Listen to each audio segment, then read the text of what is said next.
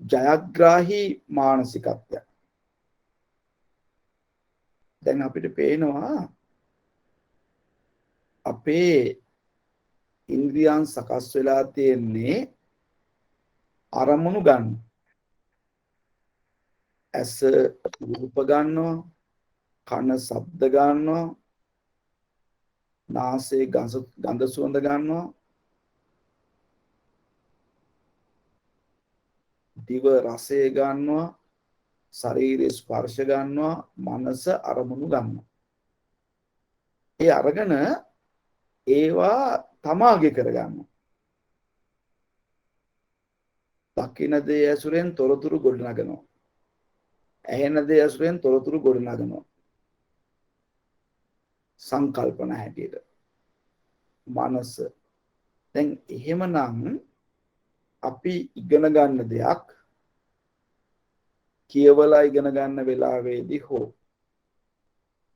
අහලා ඉගෙන ගන්න වෙලාවේදී හෝ ප්‍රායෝගික ක්‍රියාකාරකම් තුලින් ඉගෙන ගන්න වෙලාවේදී හෝ ඒවා දැඩිව සිතට කාවදිනවා.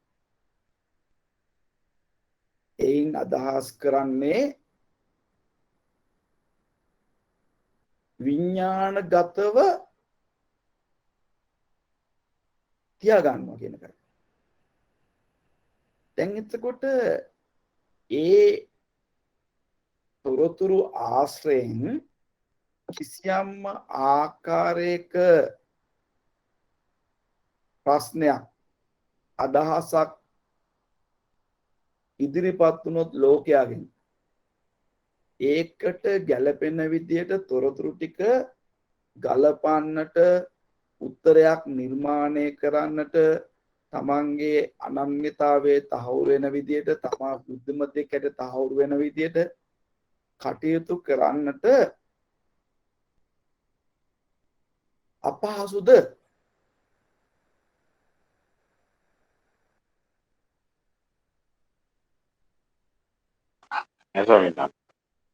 එතකොට ඇයි අපි බීතිකාවක් හදාගෙන නොහැකියාවක් මනසින් හදාගෙන අසහනෙන් කනස්සල්ලෙන් වෙහෙස කර ආකාරයෙන් ජීවත් වෙන්නේ?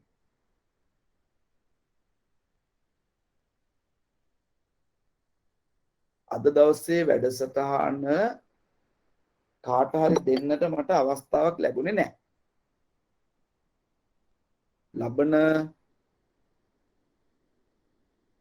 වැඩසටහන මම දීලා තිනේ මාධව සෝමසිරි. එයා ඇමරිකාවේ ඉඳලා තමයි කතා කරන්නේ. දැන් වැඩේ තියෙන්නේ මම බොහොම මේ ඉහළ චරිත හඳුන්වලා දුන්නා. හැබැයි සහභාගීත්වය හරිම දුර්වලයි.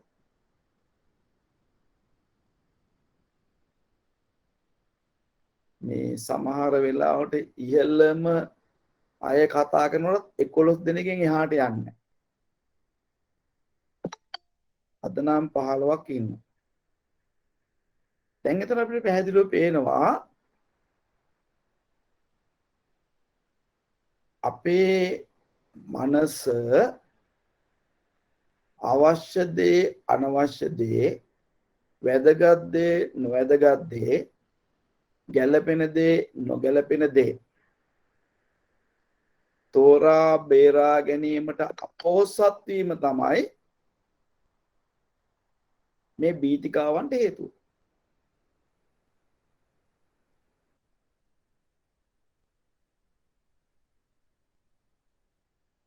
යම් කිසි කටයුත්තකට සැලකිල්ලෙන් උනන්දුවෙන් ඉදිරිපත් නොවන විට ඒක අපි නොසලකා හරිනවායි කියලා කියනවා. ඒ නොසලකා හරින දේ ඇසුරෙන් අභියෝගයක් හැන නගිනකොට ඒ අභියෝගයට මුහුණ දෙන්න බැරි පසුගාමී මානසිකත්වයක් ඇතිවෙනවා. ඒ මානසිකත්වය සාමාන්‍යයෙන් වෛද්‍ය විද්‍යාවේදී හඳුන්වන්නේ පැනික් ඇටැක් කියලා. පැනික් වෙනවා කියලා කියන්නේ.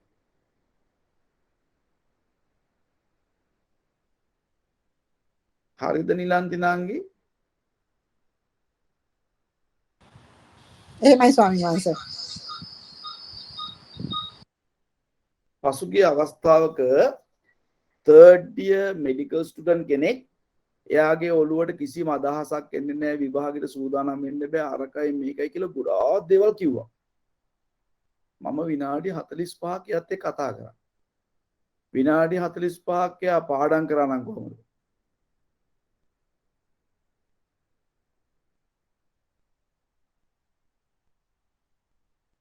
ඉතින් දන්නවද ඊට පස්සේ මොකද උනේ කියලා?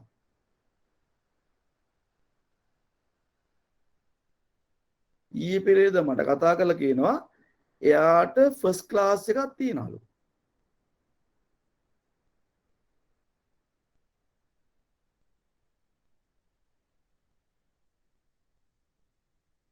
දැන් ඉතින් ෆස්ට් ක්ලාස් එකක් ගන්න තරම් හැකියාවක් තියෙනවනම් ඔය තරම් ලත වෙන්න ඕනේද? ධනුෂ්කගේ මම මේ ප්‍රශ්නේ අහන්නේ. නෑ ස්වාමීන් වහන්සේ. ඕනේ නෑ ස්වාමීන් වහන්සේ. අපි නම් ඉගෙන ගත්තා learn how to flow with the task.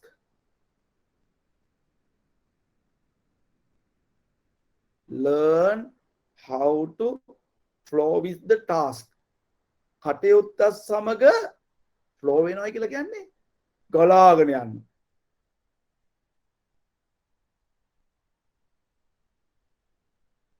සාමාන්‍යයෙන් තමන්ගේ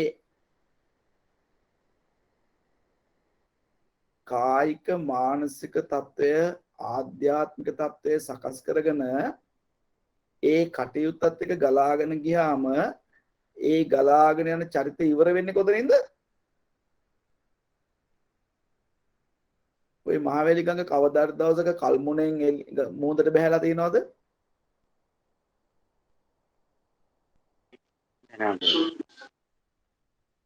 එතකොට අදාළ තැනින් තමයි ගොඩ යන්නේ. මේ flow with the task කියලා කියන කතන්දරේ කවුද මේ එන්.එම්. අබේරත්න කියන්නේ මෙයාගේ නම ඇවිල්ලා මොකද නී පුතාගේ නම කියන්නකෝ. නෙළුම් මහේෂි. නෙළුම්ද? ඔව් ස්වාමීනි. නෙළුම් flow with the task කියන එක ඔයා මීට කලින් අහලා නැද්ද? අහලා තියෙනවා ස්වාමීනි. ධනුෂ්කා flow වෙන්න බැරිද? පුළුවන් ස්වාමීන් වහන්සේ. එහෙම වුණාම වැඩි ආයාසයක්ද අඩු ආයාසයක්ද? අඩු ආයාසයකින් කරගන්න.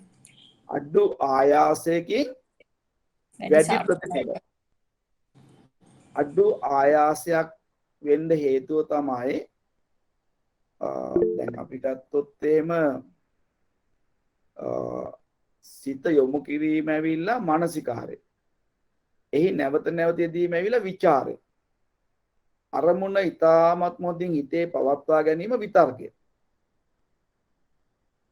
විතක්ක විචාර. එතකොට මෙන්න මේ චෛතසික ධර්මය හොඳට තමන්ගේ සිතත් එක්ක එකතු වුණාම ඉතින් ඒ තුල චිත්ත ඒකාග්‍රතාවයේ බලවත් වෙනවා. චිත්ත ඒකාග්‍රතාවයේ බලවත් වුණාම වැඩි ආයාසයක් අවශ්‍ය නැහැ.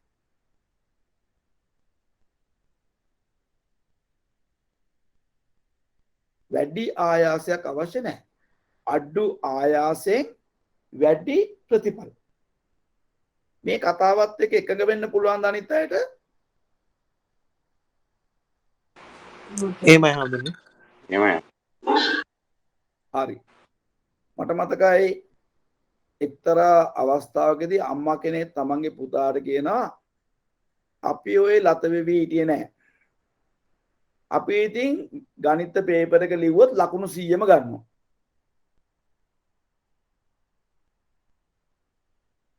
ඒ වෙලේ මහන්සි වෙනවයි කියලා නම් කිව්වේ නැහැ. ධනුෂ්කයි කතාව පිළිගන්නවද?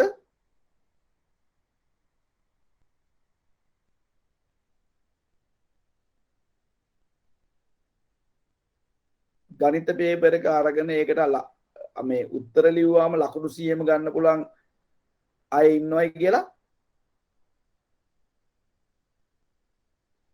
ධනුෂ්ක මාරුණක් දන්නේ ප්‍රශ්න ආපු ගමන්. ධනුෂ්ක left හම්බුනේ. ධනුෂ්ක left නේද?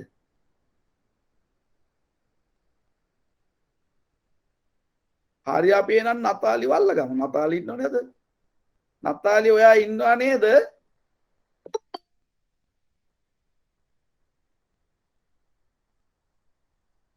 නතාලි පතිරණ නැද්ද එහෙම කෙනෙක්?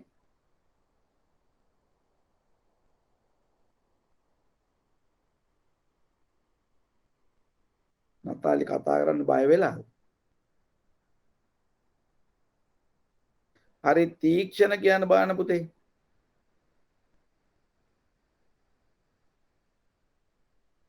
මොකද්ද ස්වාමීන් වහන්සේ කියන්න ඕන? කියන්න ඕනේ නෑ එක අම්මා කෙනෙක් එයාගේ පුතාට කියනවා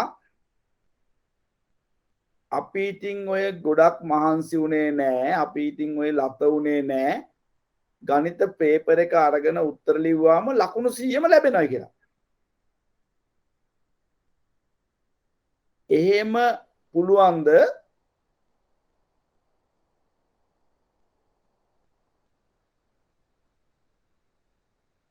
ඈතීක්ෂණ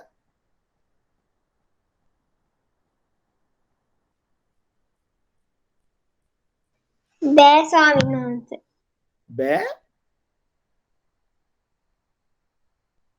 මමත් ගණිතෙත් ලකුණු 100ම ගත්ත අවස්ථා තියෙනවා.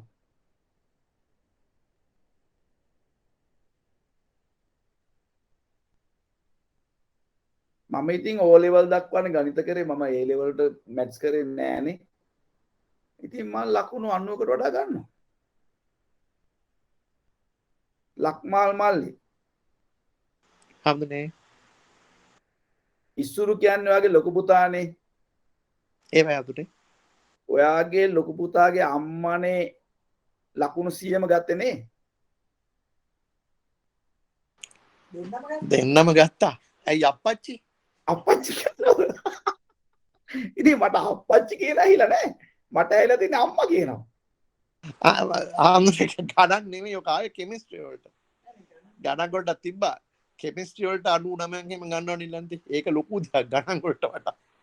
එහෙමද? ගණන් පොඩි කාලේනේ. ඔව්. පොඩි කාලේ කියන්නේ O level වලට ඉඳ කාලේනේ. A level වල මං දැන් ඕක කිව්වේ පුතා පහේදි වගේ ඉන්නකොට. එහෙම කිව්වා. ඔව්.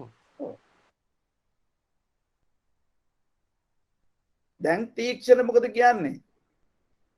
එහෙම බෑ කියන්න පුළුවන්ද? බෑ ස්වාමීන් වහන්සේ. ඒ කියන්නේ බෑ කියන්න බැයිද නැත්නම් එහෙම ලකුණු ගන්න බැයිද?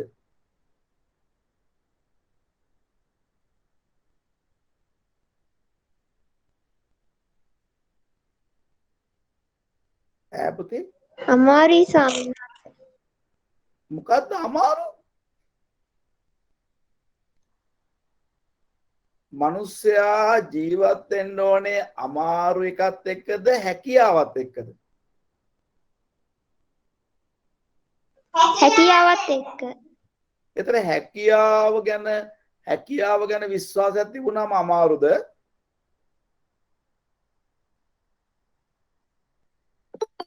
නෑ ස්වාමීන් වහන්සේ. අපි දැන් කතා කරන්නේ ජයග්‍රාහී මානසිකත්වයක් ගොඩ නගා ගැනීම. එතකොට ජයග්‍රාහී මානසිකත්වයක් ගොඩ නගා ගැනීම සඳහා සූදානම් වෙන කෙනා කියනද අමාරුයි කියලා? එහෙම කියනවාද? නෑ ස්වාමීන් වහන්සේ. අමාරුයි කියලා හිතුනොත් මොකද වෙන්නේ? අමාරු දේවල් හමුවේ සිත දුරුමුඛ වෙනවා. එතකොට ඒවා නොකර ඉන්න උත්සාහ කරනවා. අතපසු කරනවා. ලේසි විෂයන් කෙරේ උනන්දු වෙනවා. අමාරු විෂයන් අතපසු කරනවා. ලේසි විෂයන්ට ලකුණු ලැබිලා අමාරු විෂයන්ට ලකුණු ලැබුණ නැත්නම් යා ෆේල්. එතකොට සමත් වෙන්න නම් හැම විෂයක්ම සමත් වෙන්න ඕනේ. හැම විෂයක්ම සමත් වෙන්න නම් අමාරුයි කියන විෂයන් තියෙන්න බෑ. කොයි එකත් උනන්දුවෙන් කරනකොට පහසු දෙයක් බවට පත් වෙනවා. පුහුණුවක් අවශ්‍ය නැහැ ඒකටනේ. එතකොට අමාරුයි කියලා හිතනකොට එතන බැරිකම නෙමෙයි තියෙන්නේ ඒවට ඉදිරිපත් වෙන්න. අමාරු දේවල් වලට ඉදිරිපත් වෙන්න. පැහැදිලිද ඒ කාරණාව?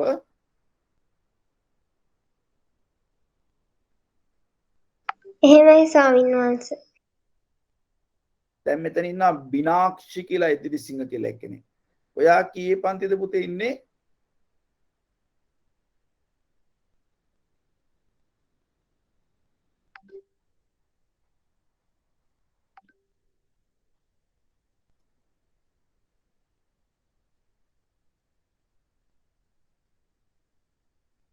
බිනාක්ෂි කතා කරන්නේ නැහැ. ඒ මොකෝ?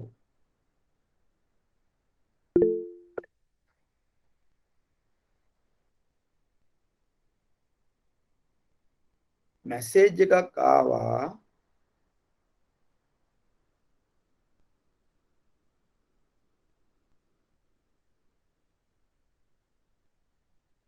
ස්වාමීන් වහන්සේ unmute.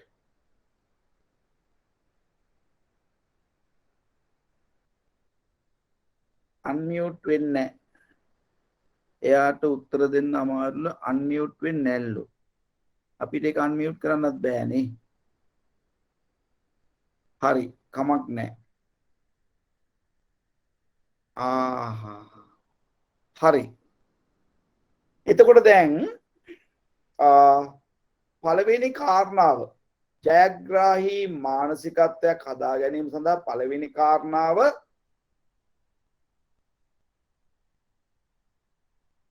තමන් මේ ජයග්‍රාහී මානසිකත්වය හදා ගැනීම සඳහා ඉතාමත්ම සැලකිල්ලෙන් කැමැත්ත පිහිටවන්න ඕන.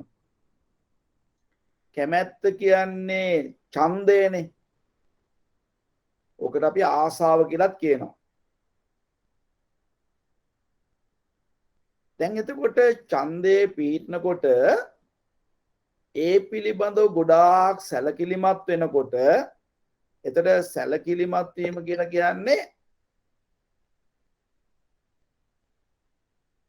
ඒ කෙරේ තියෙන උනන්දුව. එතකොට එතන ලොකු හැඟීමක් ඇති වෙනවා. අපි ඒ කටයුත්තත් එක්ක හොඳට එකඟ වෙනවා. ඒකට කියන්නේ චිත්ත ඒකාග්‍රතාවය කියලා. කිසියම් කටයුත්තක් මස්තක ප්‍රාප්ත කර ගැනීම නැත්නම් කිසියම් අරමුණක් සාක්ෂාත් කර ගැනීම කිසියම් දෙයක් ළඟා කර ගැනීම achievement කියලා කියන්නේ. ඒ සඳහා බුදු පියාණන් වහන්සේ හඳුන්වා දෙන කාරණා හතරක් තියෙනවා. ඒ කාරණා හතර හඳුන්වන්නේ 이르දිපාද කියලා. ඒකට ඉංග්‍රීසියෙන් කියනවා 4 types of accomplishment කියලා. accomplish කරනවා කියලා කියන්නේ යමක් සාක්ෂාත් කර ගන්නවා. යමක් ඉෂ්ට කර ගන්නවා. යමක් ළඟා කර ගන්නවා. එතකොට යමක් ළඟා කර ගැනීම සඳහා උපකාර වන ප්‍රධාන කාරණා හතර ඡන්ද, චිත්ත, විරිය, මීමාංසා. එතකොට සූවිසි ප්‍රත්‍ය දේවා අධිපති ධර්ම කියලා හඳුන්වනවා. ඒවා අධිපති කරන්න පුළුවන්. එතකොට ඒවා හිතන පතන ආකාරයටම සිද්ධ වෙනවා. ඉතින් මේ ඡන්ද, චිත්ත, විරිය, මීමාංසා එකේ ඡන්දයත් එක්ක උනන්දු ඇති වෙනකොට චිත්තය හොඳින් පිහිටනවා. චිත්තය කියලා කියන්නේ ඒ කරන්න යන කටයුත්ත දැඩිව හිතට ගැනීම. ඒකාග්‍රතාවය.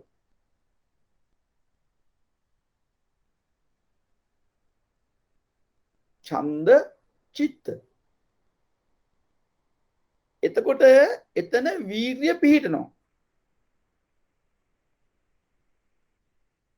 ඉතින් දැන් උනන්දුව ගොඩාක් වැඩි වෙනකොට වැඩි වීර්යයක් ඕනද අඩු වීර්යයක් ඕනද?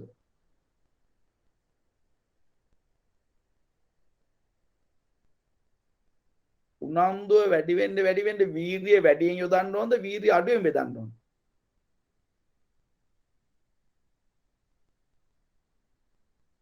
දැන් මේක සාකච්ඡාවක් නිසා උත්තර දෙන්න වෙයි එක එක්කෙනාට.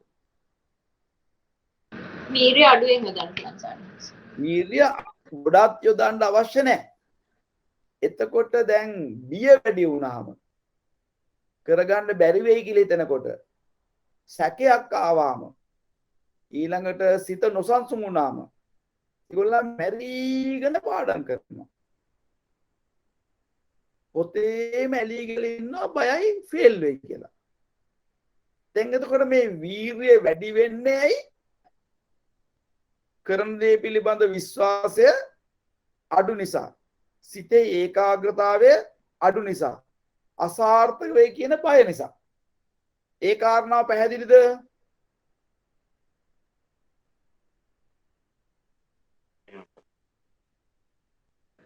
එහෙමයි සාරාංශ. එතකොට එහෙම වුණාම දැන් මොකද වෙන්නේ? වීර්යය වැඩි කරනකොට චිත්ත ඒකාග්‍රතාවය අඩු වෙනවා. නොසන්සුන්කම බලවත් වෙලානේ මේක කරන්නේ. එතකොට මොකද වෙන්නේ? වැඩේ කෙරෙනවාද වෙහෙසටපත් වෙනවද?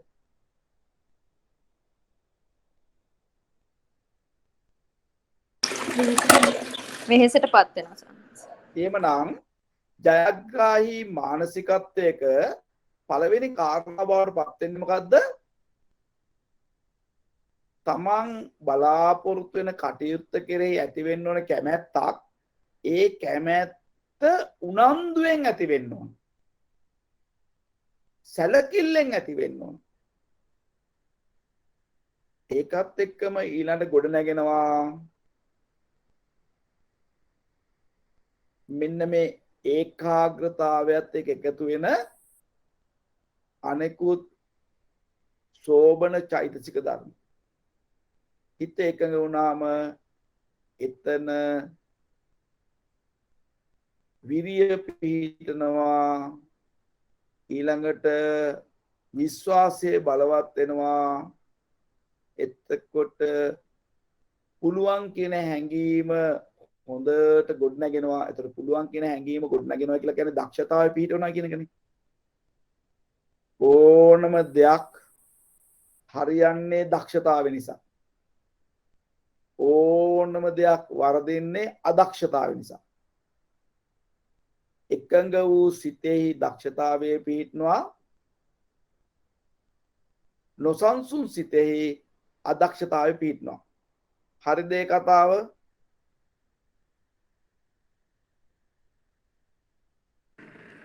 එහෙමයි ස්වාමීන් වහන්සේ. ඊළඟට විශ්වාසවන්ත සිතෙහි දක්ෂතාවයේ පිහිටනවා. සැක සහිත සිතෙහි අදක්ෂතාවයේ පිහිටනවා. ඒ කතාවත් හරිද? එහෙමයි ස්වාමීන්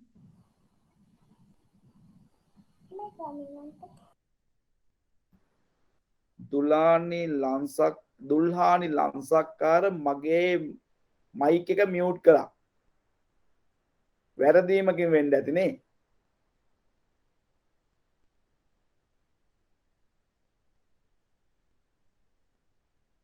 යා දන්නෙත් නැද්ද දන්නේ මගේ මයික් එක මියුට් උනායි කියලා. හොඳ වෙලාවට මම ලැප්ටොප් එක දිහා බලාන කතා කරන්නේ. එහෙම නොවුනනම් මම කතා කරනවා ඔය පැත්තෙන් කියන්න පටන් ගන්නවා ස්වාමීන් වහන්සේ මයික් එක මියුට් වෙලා කියලා. සාමාන්‍යයෙන් මම කතා කරනකොට හිතපු ගමන් මම S2 පියාගෙන කතා කරනවා. ඇයි එතකොට මට කරුණු හොඳට ගලාගෙන එනවා. ඒවා ලස්සනට සංවිධානය වෙනවා. දැන් මම මේ Google Meet එකෙන් වැඩසටහන් කරනකොට මම S2 වහන අඩුයි අයියේ මට ෂුවර් නෑ මයික් එක මියුට් වෙනවද කියලා. දෙතුන් වතාවක් ඔය එක එක්කෙනා මේ කතා කරන කෙනාගේ මයික් එක මියුට් කරලා තියෙන හැබැයි එයා දන්නෙත් නෑ මියුට් උනායි කියලා. හොඳයි අපි ඒ කාරණාව දැන් අයින් කරමු. දැන් උතන මම ආපහු යනවා කොතෙන්ද? දක්ෂතාවයේ පිහිටන තැන දක්ෂතාවයේ නොපිහිටන තැන අපි කොහොමද හඳුනගන්නේ කියලා. අපි දැන් ආරම්භ කරන අවස්ථාවේදී වැඩි සැලකිල්ලක් වැඩි ඕනෑකමක් හිතට ගත්තාම ඒකත් එක්ක දක්ෂතාවය මතුවෙනවා. අපි ඒ කටයුත්තේ උනන්දුවෙන් නැවත නැවත යෙදෙනකොට ඒකත් එක්ක මේ දක්ෂතාවය වැඩි වෙනවා. ඊළඟට බොහෝම සැලකිල්ලෙන් වැඩ කරන අයත් එක්ක එකතු වෙලා ඒගොල්ලෝ එක සහයෝගයෙන් වැඩ කරනකොට දක්ෂතාවය වැඩි වෙනවා. ඉතින් මේ දක්ෂතාවය තමයි ජයග්‍රහණය තහවුරු කරන්නේ. දක්ෂතාවය තමයි ජයග්‍රහණය තහවුරු කරන්නේ.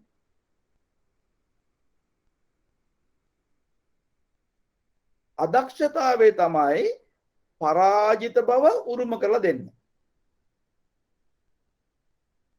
දැන් දක්ෂතාවය එතකොට ගොඩනගන්නට අවශ්‍ය කාරණා අපි දැන් මෙතෙන්දි සාකච්ඡා කළාද?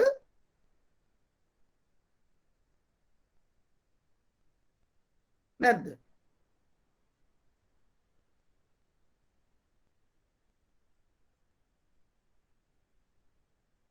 අපි මේ ප්‍රශ්නයම පවන් තිලකරත්නගෙන් මොකද පුතේ කියන්නේ?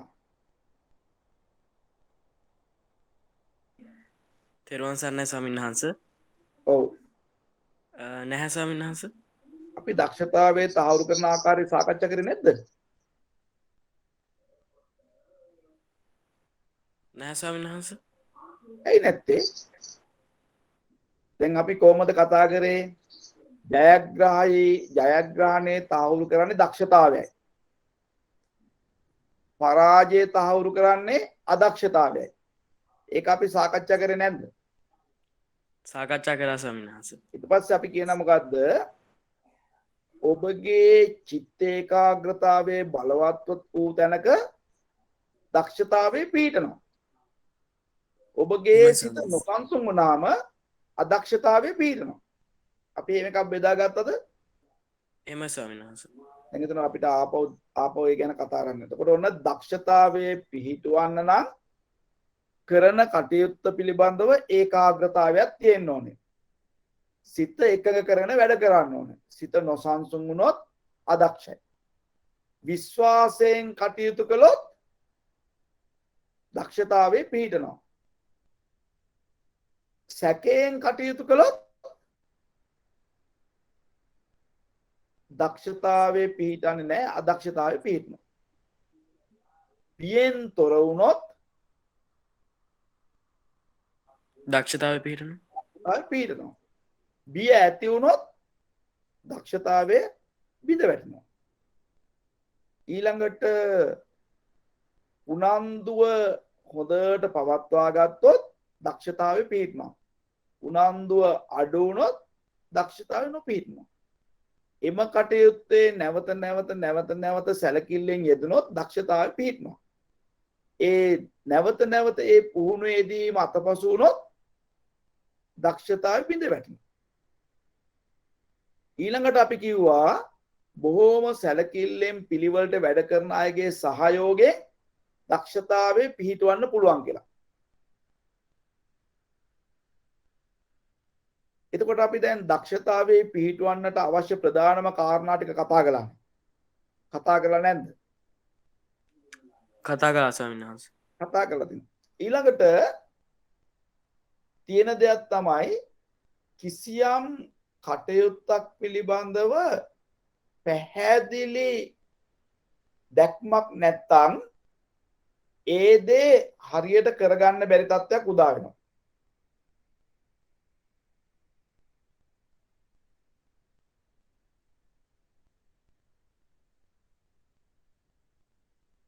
යම්කිසි කටයුත්තක් පිළිබඳව පැහැදිලි චිත්‍රයක් මනසේ ගොඩනැගෙන්නේ ඒක බොහොම निराවුල්ව මනසට කාවදින්නේ නැවත නැවත නැවත අභ්‍යාසගත වෙනකොට.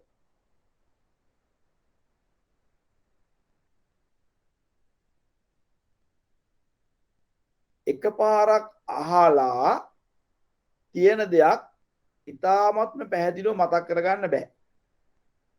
ඒ අහපු දේ ලියා ගන්නකොට ඇහෙනවා ඇහෙන දේ ලියනවා. එතකොට මොකද නේ? ඇහිච්ච දෙයට වඩා හොඳින් එක හිතේ කාවදිනවා.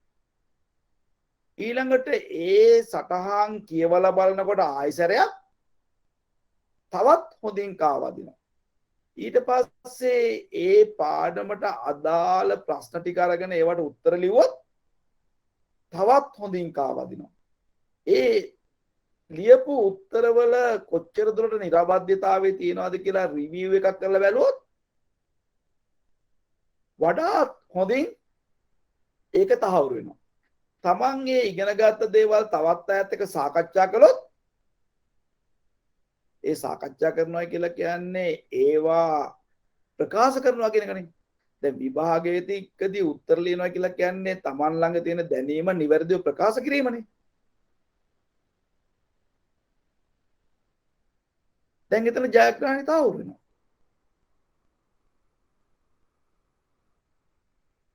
දැන් ඔය ලෙසන්ස් වලට අහුම්කම් දෙනකොට නිදිමත එන්නේ වෙහෙස නිසාද අකමැති නිසාද?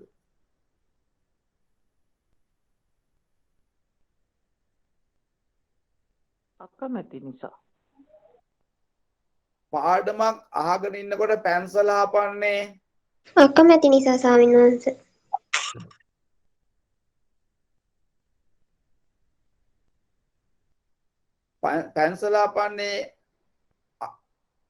පැන්සල හපන්න ඕන නිසාද අකමැති නිසාද?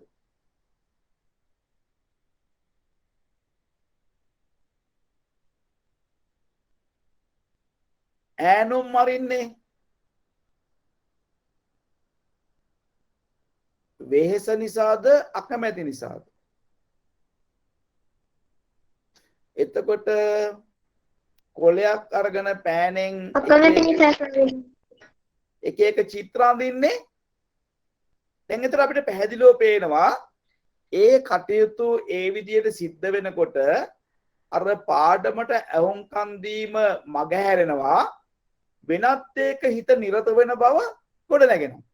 දැන් එතකොට අපිට පැහැදිලිව පේනවා එයා විභාගේ කල් දානවා, මෙඩිකල් දෙනවා. ඇයි ඒ? එයාගේ අකමැත්ත එයාව විභාගයකට මොකද්ද පුහුණු කරන්නේ නැහැ. මේක ගොඩාක් අය මුහුණ දෙන බරපතල ප්‍රශ්නයක්ද නැද්ද?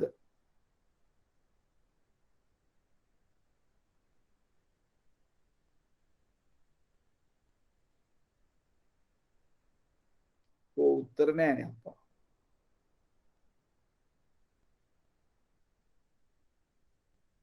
බඩපතල ප්‍රශ්නයක් ස්වාමීන් වහන්සේ.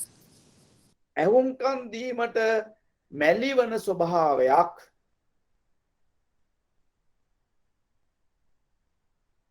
මතු වෙනවා අකමැත්ත නිසා. ඒ අකමැති වෙලා තියෙන්නේ පාඩම අවශ්‍ය නැති නිසාද වෙන වෙන දේවල් වලට හුරු වෙලා තියෙන නිසාද?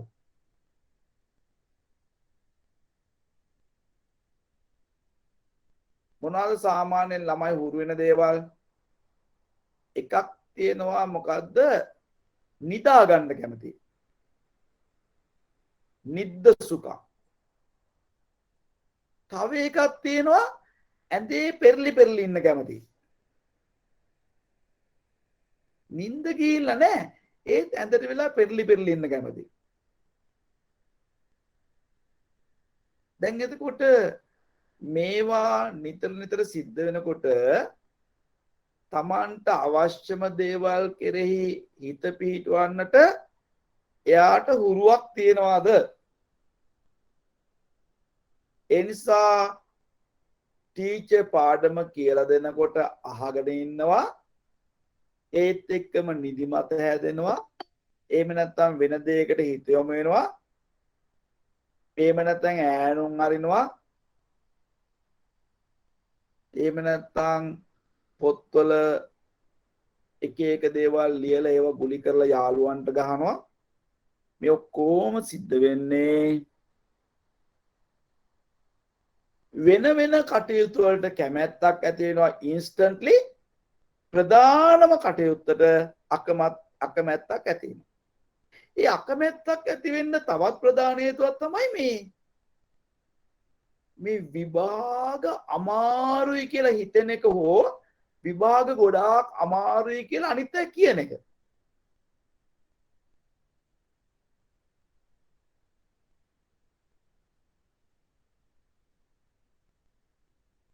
එහෙම අමාරු දේවල් ගැන මම දන්නේ. මම දන්නේ පහසුයි. දැන් බලන්න බුදුරජාන් වහන්සේ කියනවා සුනාත ඉගෙන ගන්න, දහාරේත හිතට ගන්න, චරාත පිළිපදින්න. ඉගෙන ගන්න, හිතට ගන්න, පිළිපදින්න. දැන් මෙන්න මේ කාරණා තුන තුල ඉගෙන ගැනීමේ අමාරුකම් එනවද? ඒක හොඳට හිතට ගන්න බැරිද? ප්‍රශ්න වලට උත්තර ලියන්න බැරිද? මොකද මේ අය උත්තර හැටියට දෙන්නේ මොකද්ද? අපි විනුරගෙන් අහම් බලන්න. විනුර මොකද පුතේ කියන්නේ?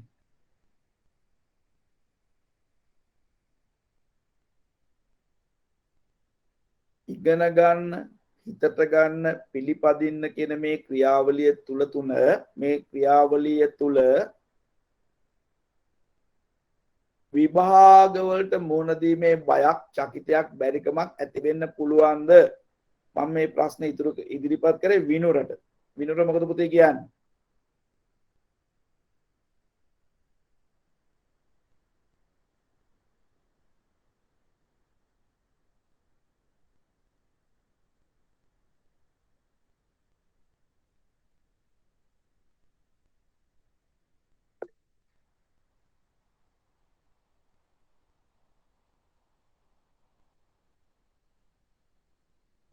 වින්රත් කියන මොකක්ද මයික් එක වැඩ කරන්නේ නැහැ කියලා. දැන් වැඩේ තියෙන්නේ මම දැන් මේ ලැප්ටොප් එකකින් වැඩ කරන්නේ. ඉතින් ඒකේ හැම එකක්ම පහසුයි. දැන් අර පොඩි ෆෝන් වලින් ළමයි වැඩ කරනකොට අක්යන පුතේ ඉන්නද?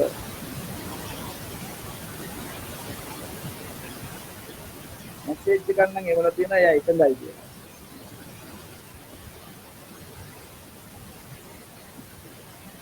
එන පුතේ මං මියුට් කරන්නම්. ශබ්ද වැඩි වෙනවා කියේ. හරි. දැන් එතකොට ඔබට පැහැදිලිව පේනවා දැන් හුඟක් වෙලාවට අපි අධ්‍යාපනයේදී විභාගයට සූදානම් වෙනකොට අපි ගොඩක් වෙලාවට අවශ්‍ය ඉන්ෆර්මේෂන් ගන්නේ ගුරුවරයාට ඇහුම්කන් දීමෙන්. එහෙමනම් ඒ ඇහුම්කන් දීමේදී ගුරුවරයාට ඇහුම්කන් දෙන්නට කැමැත්තක් ඇති වෙන්න ඕන. සාමාන්‍යයෙන් ඒ කැමැත්ත බලවත් වුණාම පැය 2මාරක් 3ක් ඇහුම්කන් දුන්නත් ඒක නිකන් විනාඩි 20ක් වගේ දැනෙන්නේ. හොඳට ඇහුම්කන් දුන්නාම ඒ ඇහුම්කන් දෙන වෙලාවෙම තවත් ක්‍රියාවක් unintentionally සිද්ධ වෙනවා. ඒ තමයි ඇහෙන දේ ඇහෙන තැන විමසලා ඇහෙන දේ විමසීමට ලක් කිරීමෙන් ලැබෙන අවබෝධය තහවුරු කරගෙන ඒක තේරුම් ගත දෙයකට ඒ වෙලාවෙම රෙජිස්ටර් කරනවා. ඒ කතාවත් එක්ක මధుර එකඟයිද? මොකද පුතේ? ඔව් ඒ කියන්නේ දැන් ඇහෙනකොටම ඒක විමසනවා. විමසනකොට ඒක තේරුම් ගන්නවා. ඒ තේරුම් ගත්ත දේ රෙජිස්ටර් කරනවා තේරුම් ගත්ත දෙයක් හැටියට. දැන් එතකොට ලකුණු අඩු වෙනවද ලකුණු වැඩි වෙනවද? ඉතින් දැන් ඒ විදිහට ඒ ක්‍රියාවලිය යනකොට ඒ ක්‍රියාවලිය තුල ඒවා රෙජිස්ටර් කළ යුතු තැන් ඒ ක්‍රියාවලිය තුලම ගොඩ නැගෙනවා. ඒ වෙලාවෙම මොකද වෙන්නේ? අවශ්‍ය අදාළ තැන රෙජිස්ටර් වෙනවා.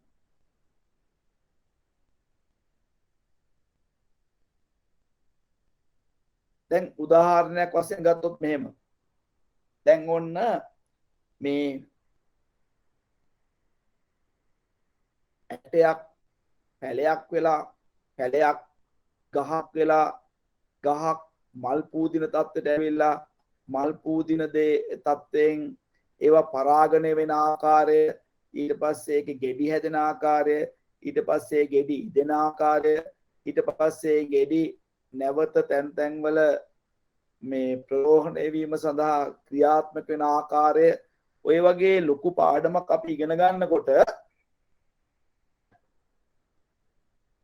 දැන් ඉතින් ඇටයක් පැලයක් බවට පත්වීම සඳහා තාපය අවශ්‍යයි වාතය අවශ්‍යයි ජලය අවශ්‍යයි පස අවශ්‍යයි කියලා ගන්නකොට මොකද වෙන්නේ? ඒක එක තැනක රෙජිස්ටර් වෙනවා. පැලයක් වැඩෙන්නට ආලෝකය අවශ්‍යයි කියලා කිව්වාම එයා දකිනවා පැලවීමට තාපය අවශ්‍යයි වැඩෙන්න ආහාර නිෂ්පාදනය කර ගැනීමට ආලෝකය අවශ්‍යයි කියලා. එතකොට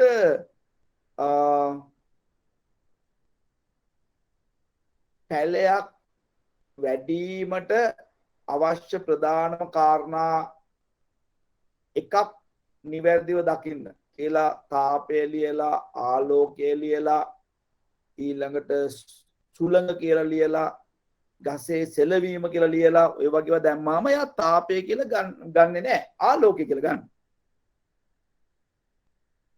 සමහර ඒවා තියෙනවානේ මේ දේ සිදුවීමට අදාළ කාරණාවන්ගෙන් එකක් නිවැරදිව තෝරන්න කියලා. ඔය වගේ අවස්ථාවලදී කෙලින්ම පැලයක් වැඩෙන්නට ආලෝකය අවශ්‍යයි ඇටයක් පැලවන්නට තාපය අවශ්‍යයි කියන එක දෙක අර පාඩමට ඇහුම්කන් දෙන වෙලාවෙම වෙරිෆයි කරලා රෙජිස්ටර් කරලා දෙන්නේ. වෙරිෆිකේෂන් කියලා එකක් තියෙනවද?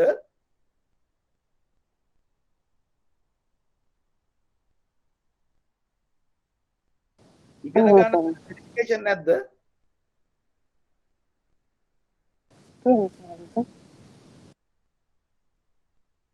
දැන් අපි ගත්තොත් එහෙම තව තැනක් ගමුකෝ. දැන් ආහාර ජීර්ණ ගැන කතා කරපුවාම අපි ඉගෙන ගන්නකොට කාබෝහයිඩ්‍රේට් පිෂ්ඨය අපි මේ හපන වෙලාවේදී කෙලත් එක්ක මිශ්‍ර වෙනකොටම ජීර්ණ වෙනවා කියලා ඉගෙන ගන්න තියෙනවා. එතකොට දැන් ඔන්න කාබෝහයිඩ්‍රේට් ජීර්ණ වෙන්නේ මුඛය තුල තියෙමයි. ඒ නිසා හොඳට හපලා කන්න කියලා කියනවා. මේ ඒ කාරණාව හරි නේද? තනුෂ්කා. එහෙමයි සන්නහස. එතකොට ඒක ජීර්ණ කිරීමට අවශ්‍ය වෙන්නේ ටයිලින් කියන එන්සයිම. ඒක තියෙන්නේ කෙලවල. ඊට ආමාශයට යනවා. එතකොට ওই වෙනකොට පිෂ්ඨ ධාතුව ජීර්ණ වෙලා ඉවරයි. ඊළඟට ඉතින් අර මොනවද ප්‍රෝටීන් කොටස් ඊළඟට මේද කොටස් ජීර්ණ කිරීමට මේකට එකතු වෙන්න ඕනේ රෙනින් පෙප්සින් කියන දෙක. හරි නේද? අම්මෝ කොයි කාලද අපි ඔය ඉගෙන ගත්තේ?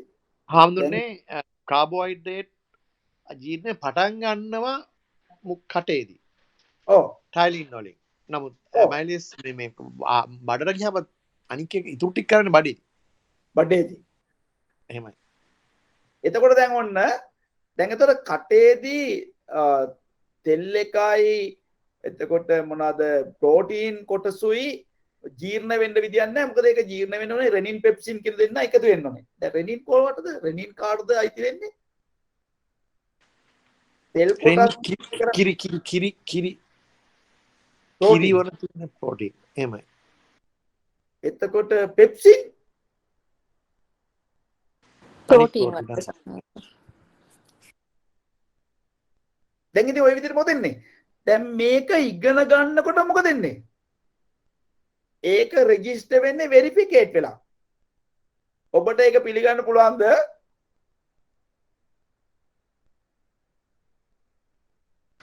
එහෙමයි හම්දුනේ.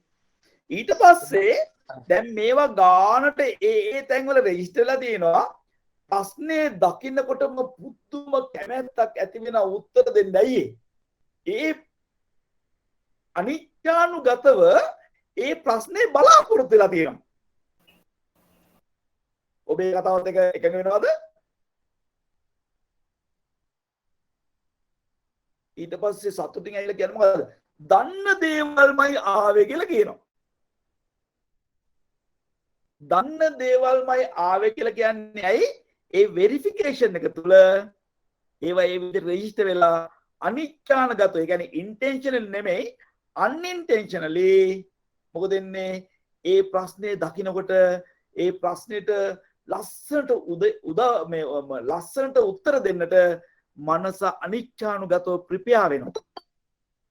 මේක රහසක්ද? මේක ස්වභාවයක්ද?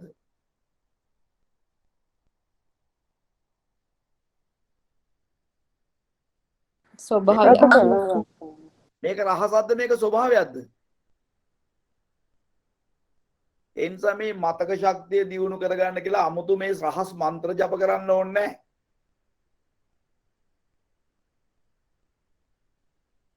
එක එක්කෙනා ළඟට ගිහලා මන්ත්‍ර ඉල්ල ගන්න ඕනේ නැහැ. මේවා මතක තියාගන්න කියලා. මේවා මතක හිටිනවා.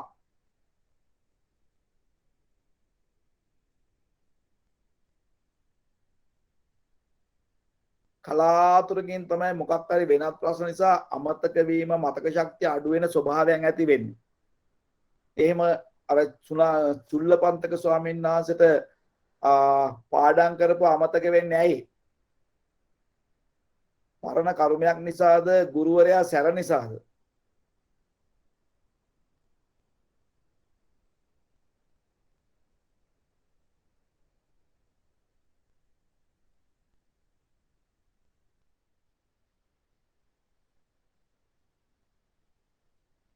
කතන්දර නෑනේ අප්පා.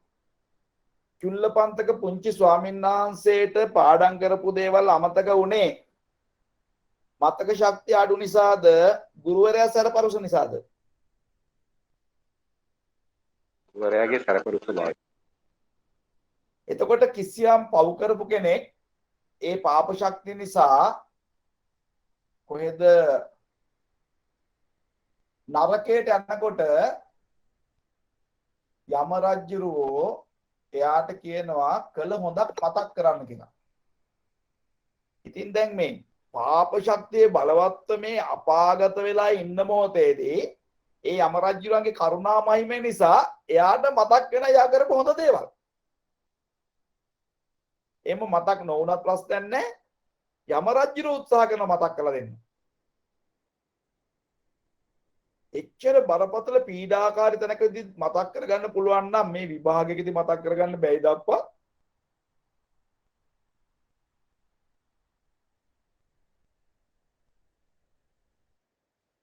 මං බලාපොරොත්තු වෙන උත්තර ලැබෙන්නේ නැහනේ. පුළුවන් ස්වාමීන් වහන්සේ. ඉතින් එතකොට දැන් නිකම් බොරුවට මේ තක්බීර් වෙන්න ඕනද? අනේ මන් දන්නේ නැහැ පාඩම් කරාට මතක හිටින්නේ නැහැ කියලා. එහෙම තක්බීර් වෙන්න ඕනද?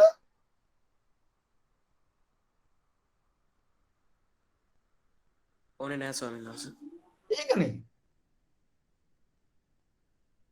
මේක මා පුදුම කතන්දරයක්. මොකද්ද? ඉගෙන ගන්න දරුවන්ගේ ඉගෙන ගැනීම තුල ගොඩ නැගෙන දක්ෂතා. ඒව හිතා ගන්න බෑ. මම දන්නවා උගන්වන ටීචර්ට වඩා දක්ෂ ලෙස ඉගෙන ගන්න ළමයින්ට තව කෙනෙකුට පැහැදිලි කරලා දෙන්න පුළුවන්. ඔබ මේ කතාවත් එක්ක එකඟ වෙනවද? එකඟයි ස්වාමීන් වහන්සේ. කොහොමද ඒක වෙන්නේ? කියන්න බලන්න කොහොමද ඒක වෙන්නේ කියලා?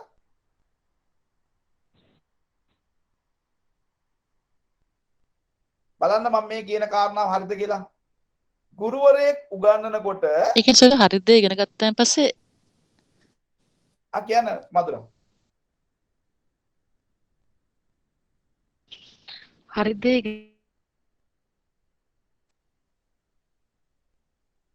අපිට නම් දැන් ඇහෙන්නේ මොකක් හරි දෝෂයක් තියෙනවද දැන් ඉන්ටර්නෙට් එකේ. මధుරා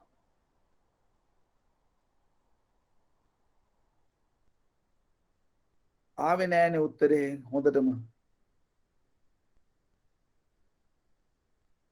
ඉගෙන ගත්තාන් පස්සේ concept එක ඉගෙන ගත්තා වාගේ skill එකෙන් පුළුවන් ඒ තමයි නිශ්චිතය හොඳින් උගන්වන්න.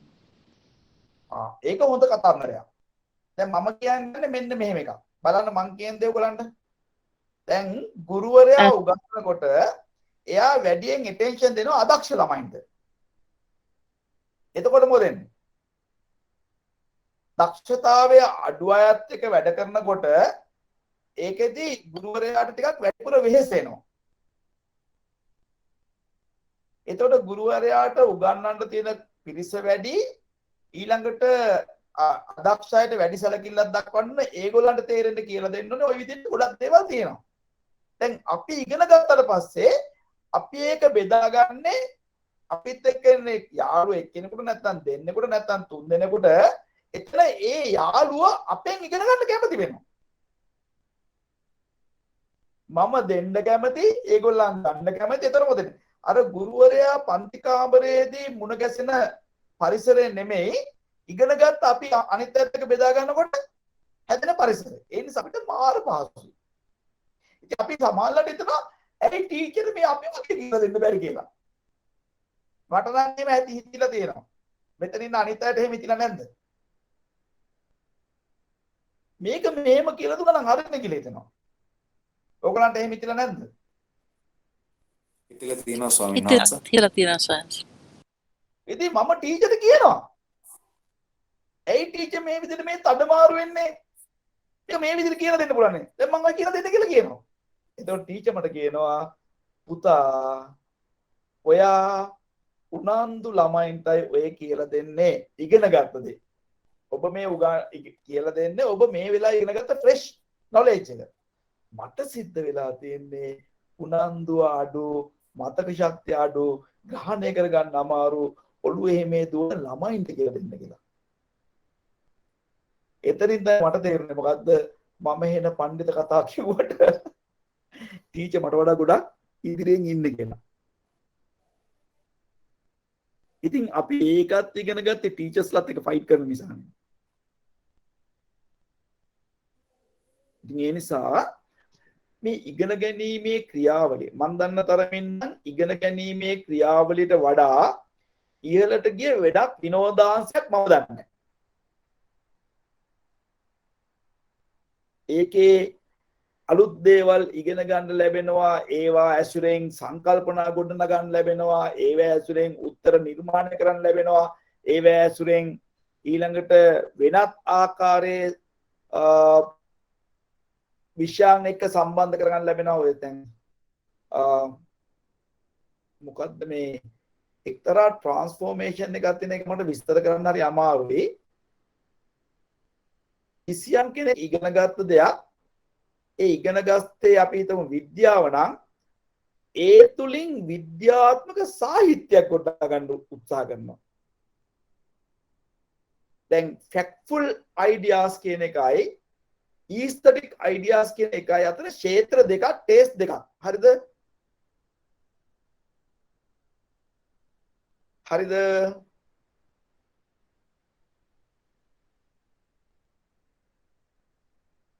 aesthetic feeling and factful feeling කියන දෙක අතර ලොකු වෙනසක් තියෙනවද? එහෙමයි සයන්ස්. පසයන් දෙකකුත් නැද්ද? තියෙනවා. එතකොට සමහර අය ඉන්නවා මෙන්න මේ ෆැක්ට්ෆුල් ටේස්ට් එක මිශ්‍ර කරන බ්ලෙන්ඩ් කරන මොකක් එකද ඊස්තටික් ටේස්ට් එකත් එක්ක. දැන් එතන සාහිත්‍යමය රසයකොත් දැනෙනවා.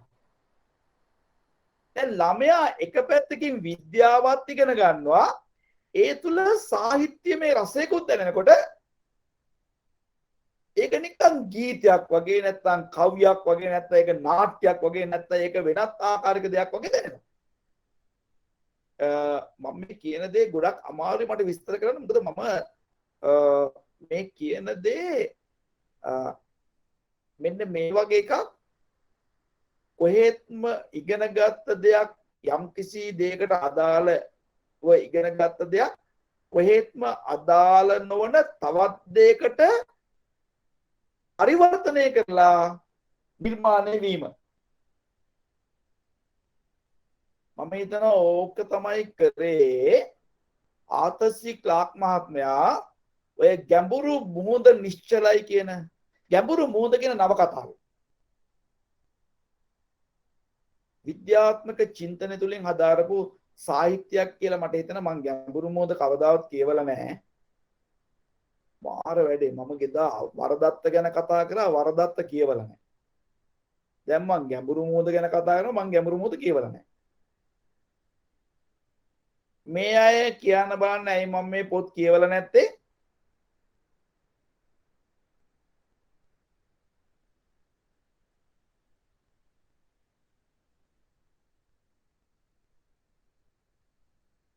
ඇයි මං කියවලා නැත්තේ ඒවා? ඔබ වහන්සේ පොත් කියවන්න නැඹුරුනේ ළඟදිනේ ස්වාමීන් වහන්සේ. ඔව් නේද? මම පොත් කියවලා නැත්තේ ඇයි දන්නවද? මේ මම ක්‍රීඩාලෝලී චරිතයක් නේ. මං ඇවිල්ලා ක්‍රීඩාලෝලී චරිතයක්.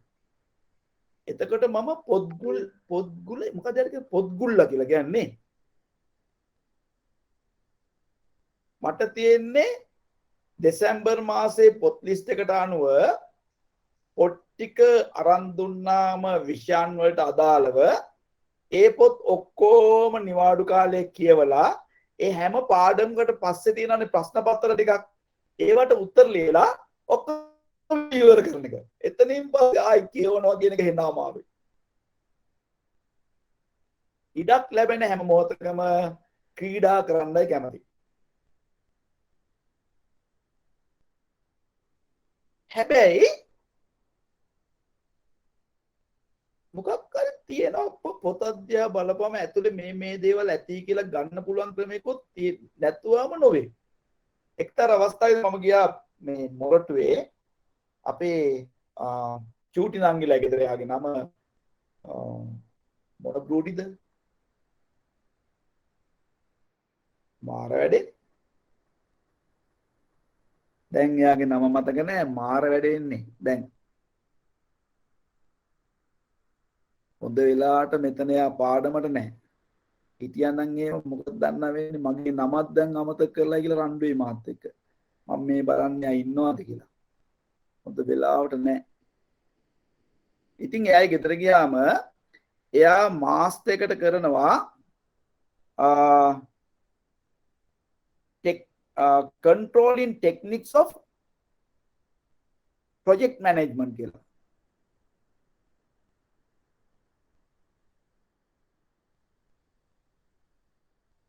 හරි නම වහොඳ වෙලාවට තිරන්‍යා බ්‍රූඩි.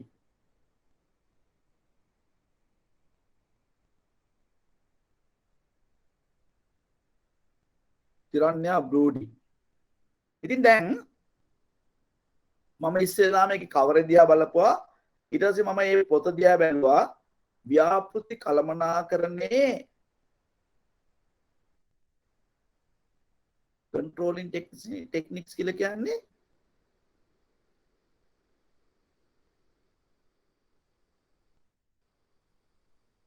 මට දැන් මතක නැහැ මොකක් හරි වචනයක් ඒ වෙලාව ආවා. ඊට පස්සේ දැන් මම මොකද කරේ?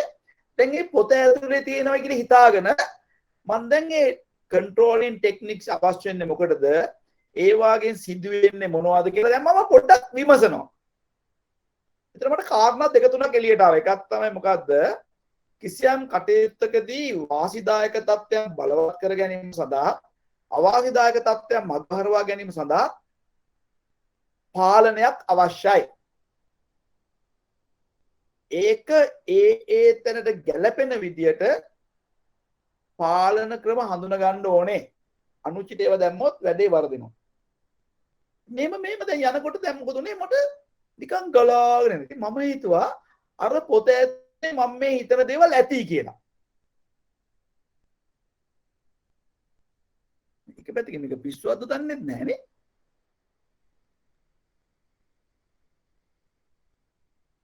ඊට පස්සේ මගේ හිත කිව්වා කවදා දවසක ඔය පොත ඉල්ලගෙන නිකන් ග්ලාන්ස් කරලා බලමු ඔය හිතපු දේවල් ඒකේ තියෙනවද කියලා.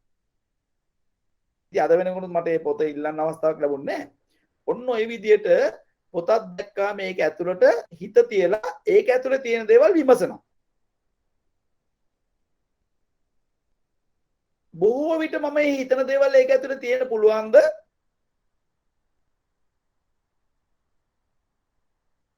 එහෙමයි සර්. සම්මාල් මල්ලි මොකද කියන්නේ? එහෙමයි හඳුන්නේ. පුළුවන්. ඒ කොහොමද එහෙම වෙන්නේ? ඔබ වහන්සේගේ සංජාන ශක්තිය උපරිමයි ඉතින්. නෑ දැන් මෙහෙම ගන්නකෝ.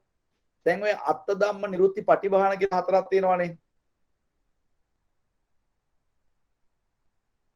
අත්ත ධම්ම නිරුත්ති පටිභාන කියලා තියෙනවානේ. හතරක්. සිව්පිලි. එහෙමයි. ඕකේ පටිභානේ.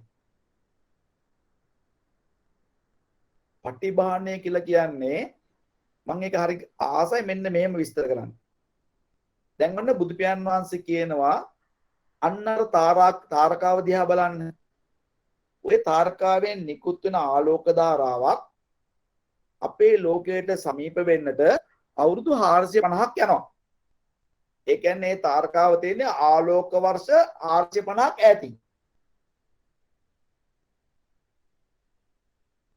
සතපුම් ගාන හදන්න ගියොත් මාර ප්‍රශ්නයක් නෑයේ. ආලෝකයේ තත්පරයකට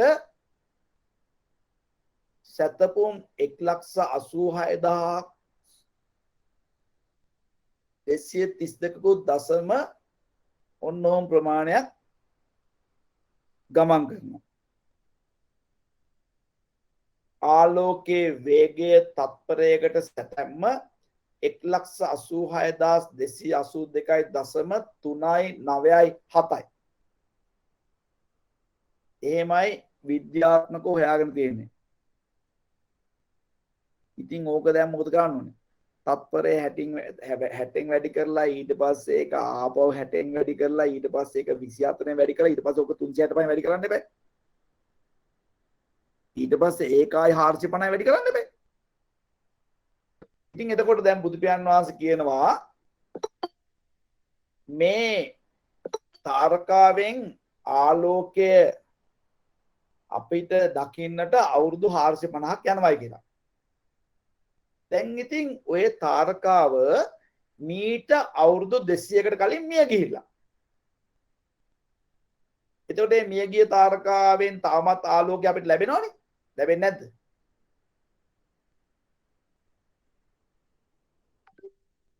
මීට අවුරුදු 450කට ඉස්සෙල්ලා එක මිය ගිහිල්ලා නම් දැන් ආලෝකය එන්න විදියක් නැහැ. එහෙමනම් අපිට ඒ තාරකාව පේනෙන්නත් බෑ. දැන් තාමත් ඒ ආලෝක ධාරාව ගමන් කරන නිසා තමයි අපිට ඒ තාරකාව පේන්නේ. ඒ කතාවත් එක්ක ඔබ එකඟයිද?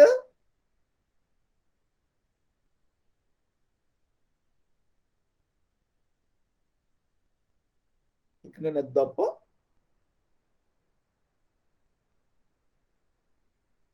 කවුරුත්ම උත්තර දෙන්නේ නැහැ. එකයි හඳුනේ. මට උත්තර ඕනේ. ඉස්සෙල්ලා මම අර ප්‍රශ්නයක් ඇහුවා නතාලිගෙන්. ඊට පස්සේ යා left. ඊට පස්සේ යා ඇවිල්ලා ඉන්නේ. ඊට පස්සේ යා මට මැසේජ් එකක් කියලා තියෙනවා. යාට මේ එයා WhatsApp මැසේජ් එකක් මේ වල තියෙන යාට බැරි වුණයි කියලා. මොකද්ද මේක ඕපන් සමා වෙන්න ස්වාමීන් වහන්සේ මයික්‍රොෆෝන් එක ඔන් කරන්න ගිහින් කට් වුණා කියලා. හැබැයි ආ බය වෙන්න ඇතිනේ පස්සේ මට අල්ලගෙන දෙයි කියලා. මම එහෙම නැහැ. මම සාමාන්‍යයෙන් දරුවෙක්ගේ අඩුවක් අල්ලගෙන කිපෙන්නේ නැහැ. මං එයාට chances 500ක් දෙනවා. chances 500ක් දෙනකොට ඒකේ ප්‍රතිඵලයක් වශයෙන් මගේ අර සාමකාමී භාවය පවත්වන්න පුළුවන්. නතාලිට තේරෙනවද මං කියන එක? එහෙමයි සයින්ස්. ඒ කියන්නේ මං chances 500ක් දෙනවා.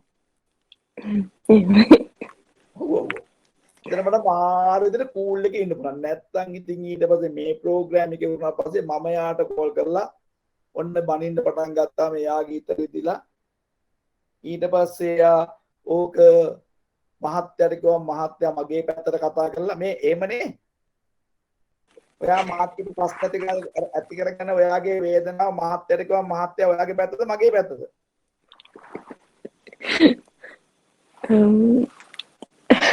එහෙම පැත්තක් නෑ. අත්දැකීම් වලින් කතා කරන පෙර අත්දැකීම් වලින් ඔය එහෙම ගත්තොත් සයින්ස් එක තමයි. අම්මා ඔයාගේ පැත්තද මගේ පැත්තද අම්මා තාත්තේ හැටියට තමයි සයින්ස්. අත්දැකීම් නෙමෙයි අම්මා මම වසන් කරගෙන ඉන්නේ මොකද කියන්නේ ඔව් සයින්ස්. මේක නෑ පුතා මම දැන් එහෙම කියලා ඔයාව ඒ තත්ත්වෙට දැම්මා. ඒ කියන්නේ අත්යා ස්ථිරව මගේ පැත්ත ගයිද නැද්ද කියලා කියන්න බෑ. ඒක ඒ තැන තීරණය වෙන්නේ. අම්මත් එහෙම ඒත් මම මොකද කරේ? මම ගානට ඔයාව යස් කියන්න පොළඹව ගත්තා. මම ඔක ඉස්සරින්දම කරනවා නේ නතාලි? ඒක සයින්ස්. එතන වැඩි. හොඳයි. එතකොට දැන් එතකොට මෙන්න මේ අර බුදු පියාණන් වහන්සේ අර කාරණා සියල්ලක්ම අවබෝධ කරලා තියෙන පටිභාණය.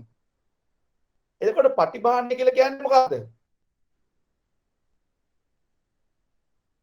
අක්මාන් මල්ලි මට තේරෙන විදියට පටිභාණය කියලා කියන්නේ instead of depending on information try to reach the object with your direct knowledge. එහෙමයි හඳුනේ. එතකොට මන් දන්නේ නැහැ මට එහෙම හුරුවක් තියෙන කොහොමද කෙලීම ඒක ඇතුලේ තියෙන දේවල් මේ දේවල් වෙන්න ඕන කියලා මනස තියලා විමසන්න.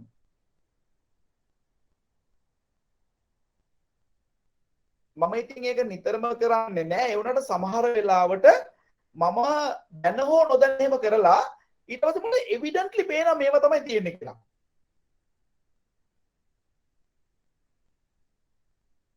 එතකොට පටිභාණයේ දිනු වෙන්න ප්‍රඥාව ගොඩක් තියෙන්න ඕනේ.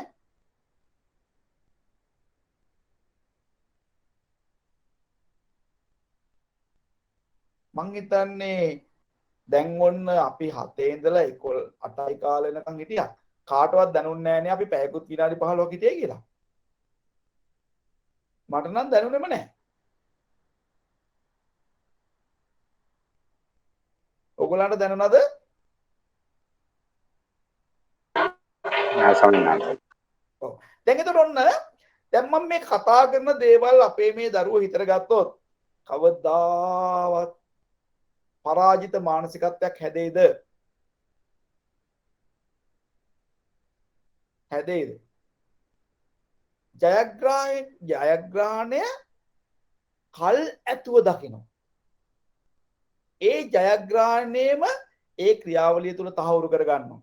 ඊට පස්සේ ආ රිසල්ට්ස් ආවම කියන්නේ හිතුවට වඩා ලකුණු ලැබිලා. නතාලි හිතුවට වඩා ලකුණු ලැබුණා නේද? ඔයා ෆස්ට් ක්ලාස් එක ගන්නේ ඩිග්‍රී එකට ගත්තේ. එහෙමයි සයින්ස්. එතකොට ඔයාගේ ඥක් මැකුවේ මන්ද? ගොඩක් කලාවට එහෙමයි සයින්ස්. එතකොට ඥක්යි තියෙන්නේ. බැරි නිසාද බය නිසාද? බය කියන දේ ඉස්සරහට එන සයින්ස්. ඉතින් හැමදෙනාම උත්සාහ කරන්න මොකද්ද? සැහැල්ලුවෙන් ඉන්න, විශ්වාසයෙන් ඉන්න, කරගන්න පුළුවන් බව විතරක්ම දකින්න. කරගන්න බැරි බවක් දකින්න හේතුවක් නැහැ.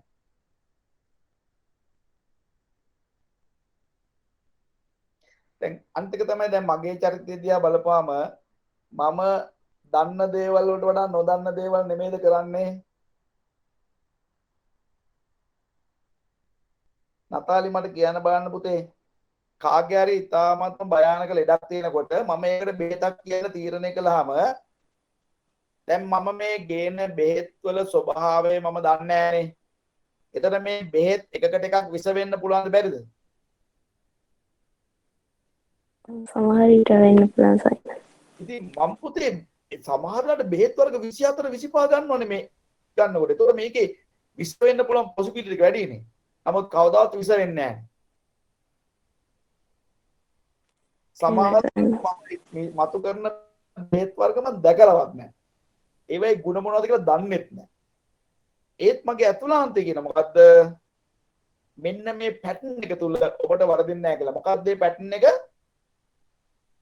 ඉස්සෙල්ලා මම බෙහෙතක් ඉස්මතු කරාපුවාම ඊළඟට ඉස්මතු කරන බෙහෙත මේ කලින් බෙහෙතත් එක්ක මිත්‍රශීලීව පවතිනවද කියලා බලනවා. එතකොට මං ඊළඟ තුන්වෙනි බෙහෙත ඒ දෙකත් එක්කම මිත්‍රශීලීව පවතිනවද කියලා බලන්න ඕනේ. ඊළඟට මතු කරන හතරවෙනි බෙහෙත අර මතු කරපු තුනත් එක්කම මිත්‍රශීලීව කියලා බලන්න ඕනේ. නිලන්තනන්ගේ මම මේවා බලනකොට ලොකු වෙලාවක් ගන්නෙත් නෑ නේද? නෑ දුන්නේ. ඒ බලන වෙලාවෙම මිත්‍රශීලීද නැත්ද? මිත්‍රශීලීද නැද්ද කියලා බලන්න. ඒතකොට මිත්‍රශීලී නොවන එකක් આવොත් මම ඒක ස්කිප් කරලා දානවා. ඒක දෙක කියන්නේ නැහැ. ඉතින් කට්ටිය දන්නේ නැනේ මම මේ බෙහෙත් නොකියන ඒවාත් තියෙනවා කියලා. සමහර බෙහෙත් එනවා. එතකොට මගේ එකකින් කියනවා මොකද්ද? ඒක දාන්න එපා පුතා කියලා. එතකොට ඒක අයින් කරනවා. එතකොට 24ක් මතු කරනකොට 30 36ක් 40ක් වගේ එන අවස්ථා තියෙනවද නැද්ද? එහෙමයි හඳුන්නේ. වැඩේ වැරදුනාම මොකද වෙන්නේ? ඒ කියන්නේ එහෙම වුණාම සමාලලට එක ළඟ එනවා මිත්‍රශීලී නොවන ඒවා. එතන මම ඩක්කලා කියනවා ඉස්මතු කරු බෙහෙත් ටික ආපහු කියන්නකො කියලා කියනවා. ඇයි එහෙම කියන්නේ? ළඟ නොගැලපෙන ඒවා තුනක් විතර වගේ ආපහු මගේ මනස පොඩ්ඩක් කන්ෆියුස් වෙනවා. එතන මට ආපහු වුණේ මොකද්ද? ක්ලියර් කම්ප්‍රිහෙන්සිව් මයින්ඩ් එකක්. ඒ සඳහා මම කියන මොකද්ද? ඉස්මතු කරු බෙහෙත් ටික ආපහු මුලින් ඉඳලා කියන්න කියලා. මේ අද නෙමෙයිව දන්නේ ඔයගොල්ලෝ. ඇලක් මල් මල්ලි. එහෙමයි හඳුන්නේ. එතන මේක පොඩි අවදානම් සහගත වැඩක්ද ලොකු අවදානම් සහගත වැඩක්ද? ලොකු අවදානම් සහගත. ඉතින් මම ඒවල් කරනවානේ. නොදන්න දේවල් කරනවානේ. දැන් මේ දරුවෝ විභාගයකට ලියනකොට කොච්චර ඒ කාරණාත් එක්ක ආපහු එදිලා තියනවද? හරිම පහසුයි. ඒ නිසා ජයග්‍රාහී මානසිකත්වයේම තහවුරු කරන්න. ජයග්‍රාහී මානසිකත්වයේම තහවුරු කරන්න.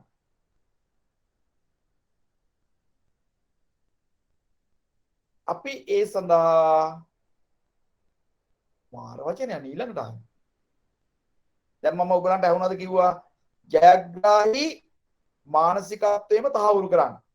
මම දෙවෙනි වතාවටත් කිව්වා මොකද්ද? ජයග්‍රාහී මානසිකත්වයේම තහවුරු කරන්න කියලා. ඊට පස්සේ මම කියවන්නේ අපි ඒ සඳහා කියලා. අපි ඒ සඳහා කියලා කියනකොට ඊට පස්සෙ ආවේ වචනේ මොකද්ද කියලා දන්නවද? අපි ඒ සඳහා විජයග්‍රාහී සැලකිල්ලක් දක්වමු කියලා තමයි ආවේ. බලන්නකේ ස්ටේට්මන්ට් එකේ ගැඹීරත්වය. ඒ ස්ටේට්මන්ට් එකේ ගැඹීර නැද්ද ධනුෂ්කා?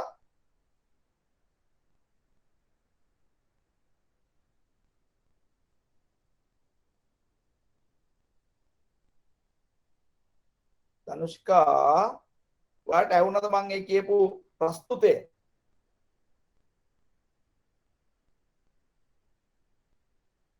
අපි ප්‍රශ්නේ වෙන කෙනෙකුට යොමු කරමු.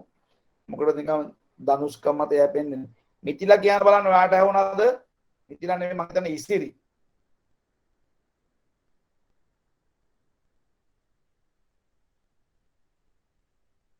නෑ. ඉසිරි වෙනයි මිතිලා වෙනයි නේ මේ දෙන්නම ඉන්නවා. මිතිලා ගියා. ඉසිරි කියන බලන්න පුතේ. ඔයාලට ඒක හොඳට ඇහුණාද? එහෙමයි සර්වනාස. මම ඉස්සෙල්ලාම කිව්වේ මොකද්ද? ජයග්‍රාහී මානසිකත්වයම තහවුරු කරන්න.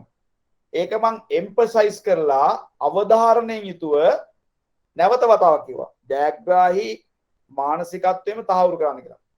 ඊට පස්සේ මම ඒ සඳහා කියනකොට විජයග්‍රාහී ලෙස උනන්දුව පිහිටන්න කියලා කිව්වා. දැන් මේ වගේ හැඟීම් ඇති වෙනකොට පරාජිත මානසිකත්වය පැත්ත පළාතක තියනවාද? සම්පූර්ණයෙන්ම පරාජිත මානසිකත්වයෙන් මිදෙනවා.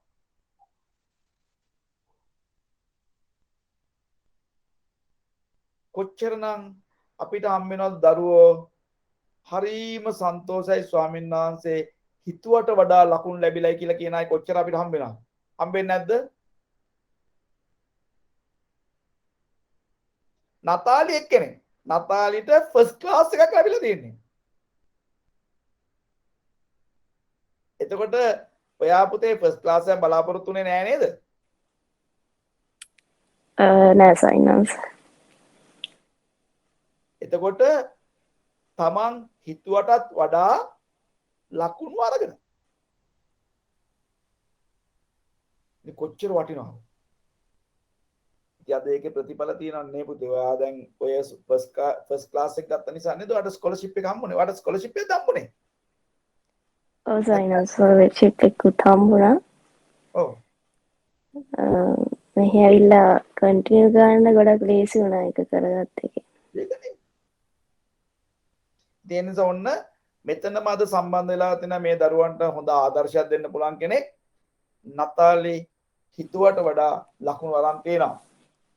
ඊළඟට ඔබ දන්නවා මෙඩිසින් වලදී කොලම්බෝ කැම්පස් එකට යන්න එක ලේසි නෑ.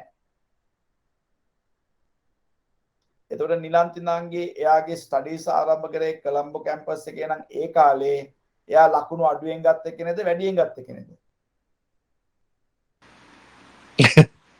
දිස්ත්‍රික්කෙම දෙවෙනියට තිබ්බ යාට හඳුන්නේ නෑ. ඇත්තද? දැන් ඉතින් ඔය එක එක්කෙනාගේ තියෙන හුඹස් බය අයින් කරගන්න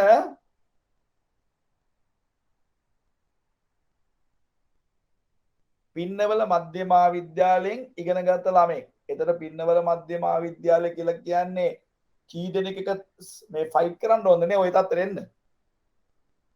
ඒවයි හඳුන්නේ. දැන් බැරි වෙලා කින්සුඩ් එකේ ළමෙක් මොකක් හරි ඔය සබ්ජෙක්ට් එකට දිස්ත්‍රික්කේ ෆස්ට් වුණොත් එහෙම ලේසි කතාවක්ද අමාරු කතාවක්ද? මුගක් වෙලාවට ෆස්ට් වෙන්නේ කින්සුඩ් ළමයිද ධර්මරාජ ළමයිද?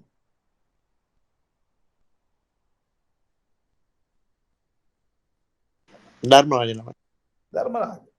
හයි ස්කූල් එකයි මහාමාය එකයි අතර හැම අවුරුද්දෙම එහාට මෙහාට වෙනවා. එක්ක අරගොල්ලන් ආවොත් ඊළඟ අවුරුද්ද මේගොල්ලන් එනවා. ඒක ටිකක් ටයිටයි වගේ. හැබැයි ස්වර්ණමාලි බාලිකා විද්‍යාල ළමෙක් දිස්ත්‍රික් ෆස්ට් උනායි කියලා කිව්වොත් මොකද වෙන්නේ?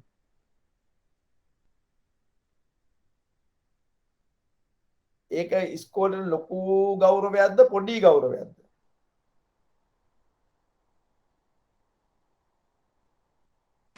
ලොකු ගෞරවයක් හඳුන්නේ. ඔව්. මට හම්බුණා මේ ප්‍රොෆෙසර් කෙනෙක් සිඩ්නි වල. එයා ගානා ජාතිකයෙක්. ගානා කියන රටේ. ගානා කියන රට උගත් රටක්ද නූගත් රටක්ද? නූගත් රටක් හඳුන්නේ. පහසුකම් අඩුද වැඩිද? අඩුයි. ඉතින් ඒගොල්ලන්ගේ ඉස්කෝලේ කවදාවත් එයා පළවෙනි වුණාම කිව්වම කවුරුත් අප්පුඩි ගහන්නේ නැල්ලු. දන්නවද ඇයි කියලා? ඇයි හඳුන්නේ? ඉතින් යාළුවා හැමපාරම පළවෙනිය වෙන්නේ.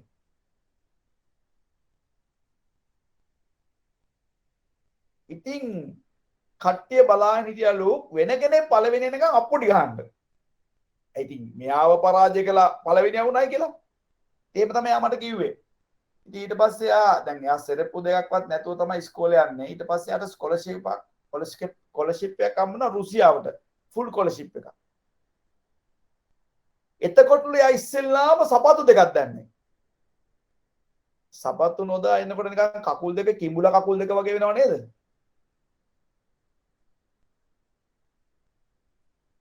නැද්ද?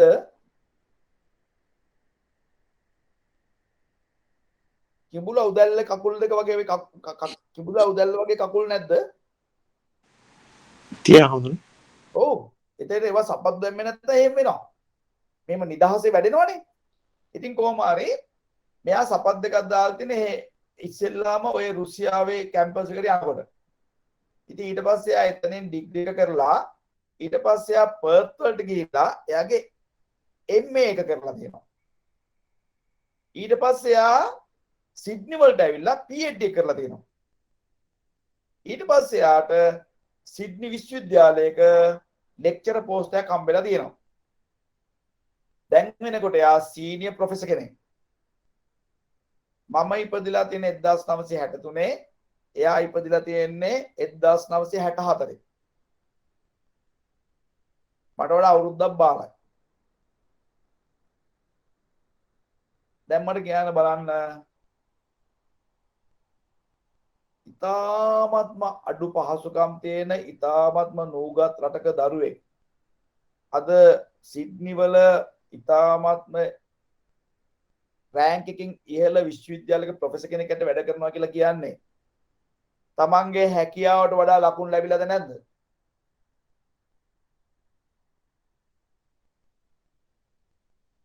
ඒ විදියට try කරන්නේ නැතුව පාඩම් කරාට මතක හිටින්නේ නැහැ ආම්දුරනේ මොකද කරන්නේ කියලා මට කිව්වාම මට ලැජ්ජා හිතනවද නැද්ද?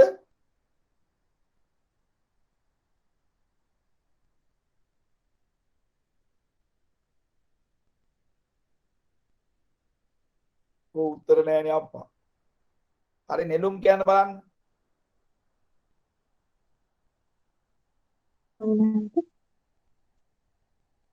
ඒ විදියට හිතුවට වඩා ලකුණු ගන්න පුළුවන්කම තියෙද්දී අනේ පාඩම් කරාට මතක හිටින්නේ නෑනේ ආම්දුරනේ කියලා අඬනකොට මට ලැජ්ජා හිතෙනවද නැද්ද? ලැජ්ජා හිතනවා. අන්තික තමයි දැන් ওই තමන්ගේ නොහැකියාව අඬ අඬා කියන්න ඕනද නොහැකියාව මගහරව ගන්න ඕනද?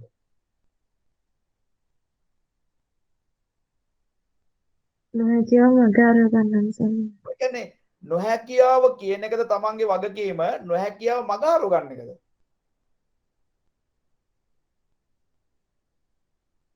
එළුම් උත්තර දෙන්න. එතකොට නොහැකියාව මගහරවා ගැනීමේ වගකීම හිතට ගන්නකොට හැකියාවන් වඩා දියුණු වෙනවා. එතකොට ඔන්න මම අද දවසේදී අරමුණු කරේ ජයග්‍රාහී මානසිකත්වයක් කොහොමද තහවුරු කරන්න කියලා. මම හිතනවා මම හැම පැත්තෙම කරුණු අරගෙන බොහෝම ප්‍රියමනාපෝ බොහෝම මිත්‍රශීලියෝ බොහෝම පහසුවෙන් හිතට වදින විදිහට ජයග්‍රාහී මානසිකත්වයක් තහවුරු කිරීමට අවශ්‍ය කාරණා ගොඩාක් ඉදිරිපත් කළා. ඒ නිසා මේ දරුවන්ට මේ හැමදෙනාටම ජයග්‍රාහී මානසිකත්වය අධිපති කරගෙන අත ගහන වැඩේ සාර්ථක කරගන්න පුළුවන්. ඒ සඳහා ශක්තිය, ධෛර්යය, වාසනාව ආදී කොට ඇති සෑම සියලු දෙනාම ලැබේවා කියලා ප්‍රාර්ථනා කරනවා. දැන් ඉතින් මොනවා හරි ගැටලුවක් එහෙම තියෙනවා නම් ඉදිරිපත් කරන්නත් අවස්ථාව දෙනවා. ඉතින් ප්‍රශ්න ඉදිරිපත් වෙන්නේ නැත්නම් මම තෙරුවන් සරණයි කියලා සමුගන්නවා. ඔන්න අවස්ථාවක් තියෙනවා.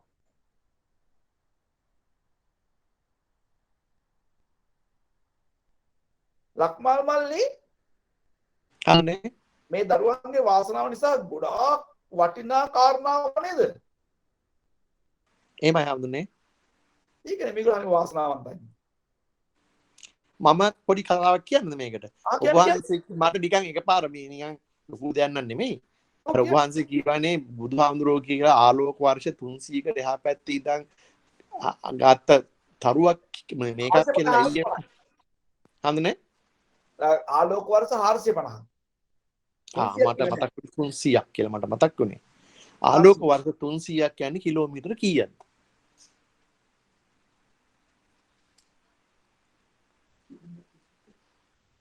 නිකන් මං එහෙම දන්න පුතාලගෙන් කීයක් විතර කියලා හිතනවාද කියලා. කොහොමද ඒක කරන්න කියලා. මම ඒක නිකන් අතුරු ප්‍රශ්නයක්. කැමති නම් හොයාගන්න කියනවා. මම හෙව්වා ඒකයි මම ඒක හෙව්වා. ඒක නිසා අහන්නේ. ඔව්. ඒගොල්ලන් කියන්නේ ඉතින් කොච්චර ලොකු කාරණාද බුදුහාමුදුරුවෝ මේ හිත තිබ්බහම තියෙන මේක ගැන මට හිතුනේ බුදුහාමුදුරන්ට එච්චර දුරක් හිත තිබ්බ ගමන් කියන්න පුළුවන් කියන්නේ. ඉතින් වැඩි කියන්නේ. කොච්චරද ඒකට? ඔව්. මට ඉස්සෙල්ලාම වුණා මේ අපි කිලෝමීටර්ස් වලින් ඉගෙන ගන්න නෑනේ. අපි තත්පරයට 70 කියලා ඉගෙන තියෙන නිසා කිලෝමීටර්ස් වලින් බලන්න. දැන් සාමාන්‍යයෙන් ආලෝකයේ තත්පරයකට කිලෝමීටර 2,99,792.458 30000 ගන්න හඳුනේ. 30000 කියලා තමයි ගන්න 30000 කියලා ගන්න එහෙමයි 299,000. ඒතර නෙවෙයි 200 ඔව් 299,000 ඒකද 3 ලක්ෂයක් කියලා ගන්න බෑ. 30 ලක්ෂයක් හඳුනේ. 30 ලක්ෂයක් එහෙමද? ඔන්න මම යන ප්‍රසන්ටේෂන් එකට 299,792යි පිටත් තියලා 4.58 කිලෝමීටර්ස්. ඔයාලට පේනවද මේක? එහෙමයි සන්නහස. මට සාමාන්‍යයෙන් කිලෝමීටර වලින් අපි ඉගෙන ගන්න නැති නිසා කිලෝමීටර වලින් මතක් වෙන්නේ නැහැ. මට මතක් වෙන්නේ අර 70 වලින්මයි. දැන් ඉතින් මේක ඉතින් 60න් වැඩි කරලා ආපහු 60න් වැඩි කරලා ඊට පස්සේ 24න් වැඩි කරලා ඊට පස්සේ 365න් වැඩි කරලා ඊට පස්සේ 450න් වැඩි කරන්න ඕනේ. හැබැයි පොඩි ප්‍රශ්නයක් එනවා. අර දවසක වෙනසක් තියෙනනේ අධික අවුරුද්දේදී 360 ඒවා තියෙනවනේ. ඒතර 400 අවුරුදු 450 තුල අධික අවුරුදු කීයක් තියෙනවද කියලා කැල්කියුලේට් කරන්න වෙනවා. ඇකියුරේට් වෙන්න. හරිද ඒ කතාව? හරියට හරියන්නේ. දැන් ඉතින් දැන් ඕවා මේ ගොඩාක් කල්පනා කරලා නෙමෙයි මම කියන්නේ. දැන් මම එකපාරටම අධික අවුරුදු ගණනක් හොයන්න ඕනේ කියලා කිව්වේ ඇයි ඒ? අපි දැන් පළපුරුද්ද වැඩි අය. එතන අපිට මොකක් හරි ගැටලුවක් දානකොට මොකද වෙන්නේ? ඒවා තෝරන්නේ කාල්පනික ශක්තියෙන්ද පළපුරුද්දෙන්ද? පළපුරුද්දම. දැන් ඔය නිලන්ති නංගිගෙන් සමහර විශේෂඥ වෛද්‍යවරු උපදෙස් පතන්නේ නිලන්ති නංගිට ඒගොල්ලන්ට වඩා කල්පනා කිරීමේ ශක්තියක් තියෙන නිසාද කල්පනා කිරීමේ ශක්තියයි පළපුරුද්දයි දෙකම තියෙන නිසාද? දෙකම තියෙන හම්දුනේ. මේ දරුවෝ දන්නවාද මේ හුඟක් වෙලාවට විශේෂඥ වෛද්‍යවරියන් නිලන්ති නංගිගෙන් සමහරකට උපදෙස් පතනවා. නිලන්ති නංගිට ඉන්ෆර්මේෂන් දුන්නාම එයාගේ ඩයග්නොසිස් ඒ විශේෂඥ වෛද්‍යවරුන් රෝගියා බලලා රෝගියා දැකලා පරීක්ෂා කරලා රිපෝට්ස් බලලා ගන්නා වූ නිගමනවලට වඩා වේගවත්. ලක්මල් මල්ලි මේක හරිනේ? හරියටම හරිය හම්දුනේ. ඒ නිසා යම් ඩයග්නොසිස් වල ගැටලු ඇති වුණාම ඒගොල්ලන් ටෙලිෆෝන් කරලා නිලන්ති නංගෙන් අහනවා. එතන නිලන්ති නංගියට උත්තර දෙන්නේ කාල්පනික ශක්තියෙන්ද පළපුරුද්දෙන්ද? පළපුරුද්දයි දෙකම. ඔව් කාල්පනික ශක්තියත් ගොඩක් වැඩි. එතකොට දැන් මම මේ කතාව මේ ළමයින්ට කියන්නේ දැන් එතකොට ඕගොල්ලන් නැවත අභ්‍යාසගත වීමෙන් ඕගොල්ලන්ගේ පළපුරුද්ද මොකද වෙන්නේ? වැඩි වෙනවා. එතකොට දැන් ඔය විභාග කියනවා මේ ලොකු දේවල්ද?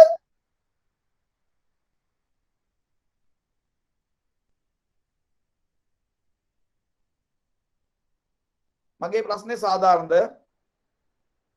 නෙළුම් මගේ ප්‍රශ්නේ සාධාරණද?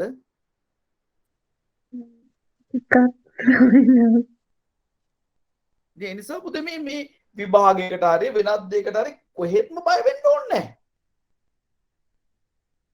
කොහෙත්ම බය වෙන්න ඕනේ නැහැ. අන්තික තමයි දැන් බලන්නකොනේ මම දැන් මගේ ජීවිතයේදී කරන්නේ ඔක්කොම අලුත්ම දේවල් ඊට කලින් ඉගෙන ගත්තේ නැති දේවල් සාමාන්‍යයෙන් කෙනෙක් අත ගන්න නැති දේවල් එහෙම නෙමෙයිද ලක්මල් මල්ලි? එහෙමයි හඳුනේ. හැබැයි ඉතින් මට කවදාවත් බයක් ඇති වෙලා තියෙනවද? නෑ හඳුනේ. මට හැමදාම බර්නාඩ්ඩයි කියනවා හොඳට සරුවට වැඩිීමේ හැකියාව තියෙන පැලවලට මල් උපදවීමේ හැකියාව තියෙනවා. ඒවා හොඳට මල් පූදිනවා. ඒත් ස්වාමීන් වහන්සේ ඔකට පොහොර ටිකක් එහෙම දැම්මම ඊටත් වඩා මල් පූදිනවනේ. ඒ වගේ තමයි ඔබ වහන්සේට ඔය අභිධර්මයේ පිළිබඳව අවබෝධයක් තියෙනවා. හැබැයි ඔය පොත්පත් ආයෙත් පරිශීලනය කරනවා නම් ඊට වඩා හොඳට අවබෝධ වෙනවනේ කියලා කියනවා. වෙනදායි මට ඕක නිතර කියවන්නේ නැද්ද? එහෙමයි හඳුනේ. ඒත් මං කම්මැලි නැද්ද ඔය කියවන්න? කම්මැලි. කම්මැලි නෑ. අවශ්‍ය වෙච්ච ගමන් ටක් ගාලා බලනවා. අවශ්‍ය වෙච්ච ගමන් ටක් ගාලා බලපුවාම ඒ පොතේ තියෙන දේවලුත් තවත් මොනවා හරි ටක් ටක් කරලා එනවා මට. ඒක ඉතින් ඒක ඇවිල්ලා අර මොනවද ඒකට කියන්නේ අර විශේෂ ප්‍රාගුණ්‍ය කියලා එකක් තියෙනව නේද? එහෙමයි හඳුනේ. ඒ නිසා මං අනිත් අයට වඩා ඉක්මනින් පාඩම් කරන කෙනෙක්. ඉතින් හැම වෙලේම ඉතින් මම අභ්‍යාසගත වෙන කෙනෙක් නෙමෙයි. ඒ කියන්නේ මට තේරෙනවනේ හැම වෙලේම අභියෝග. එහෙමයි හඳුනේ. ඉතින් ඒ හැබැයි මම ඉගෙන ගන්න ක්‍රමයට අනිත් අය ඉගෙන ගන්න යන්න එපා. එතකොට විභාග වලදී ප්‍රශ්න දැන් මට විභාග නැහැනේ. මට තියෙන්නේ මොකද්ද ප්‍රැක්ටිකල් ප්‍රායෝගික චැලෙන්ජස් නේ. ප්‍රායෝගික අභියෝග තියෙන මට ඔය ඇකඩමිකල් අභියෝග නැහැනේ. ඒ නිසා මගේ ක්‍රමය එච්චර හොඳයි කියලා කියන්නේ නැහැ ළමයින්ට ඉගෙන ගන්න අයට. එසේ නමුත් ඒ වගේ හොඳ මානසික ස්ථාවරයක් ගොඩනගා ගන්න වටිනවා. හොඳයි දැන් ඕගොල්ලන් මගෙන් අපෙන් ප්‍රශ්න අහන්න අපි ඕගොල්ලන්ට ඉඩක් දුන්නේ නැහනේ. මමයි ලක්මල් මල්ලි ආයෙත් කාරණා සාකච්ඡා කරන්නේ. ඕගොල්ලන්ට මොනවා හරි ගැටලු තියෙනවද?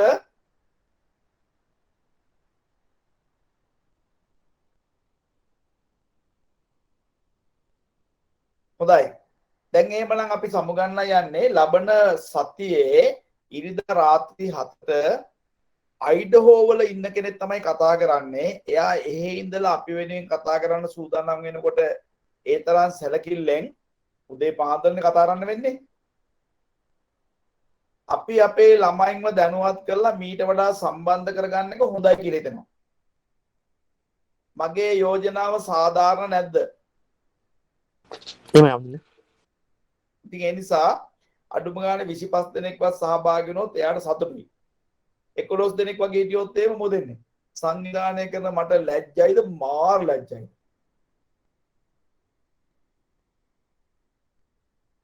මම ඉතින් අද වෙනකනොත් මොකද වෙලා තියෙන්නේ? සහභාගීත්වයේ දුර්වලයි කියලා මැසිවිලි කියලා නැහැ.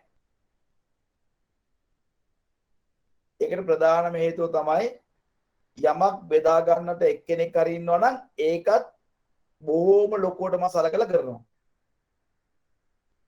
බැරි වෙලාවත් අපි මහන්සි වෙන තරමට මේ ළමයි සහභාගී වෙන්න ඕනේ කියලා හිතුවනම් මෙලහටත් මේක නතර කරලා ඇයි සහභාගීත්වය මදි කියලා. මම ඉතින් තව තවත් උනන්දුවෙන් මේක ඉස්සරහට ගෙනියන්නයි උත්සාහ කරන්නේ. ඒ නිසා අපි මාධවගේ ප්‍රෝග්‍රෑම් එකට මීට වඩා කට්ටිය දැනුවත් කරනවා. මොකද ඔබ මේ සාකච්ඡා කරන දේවලින් ඔබගේ ප්‍රධාන ගැටලු මගහර ගන්නවා. විභාග වලට තියෙන බය, අසාර්ථක වෙයි කියන හැඟීම, ඊළඟට ප්‍රිජුඩිස් වෙන නෙගටිව් ප්‍රිජුඩිස් කියලා කියන්නේ පූර්ව නිගමන නේ.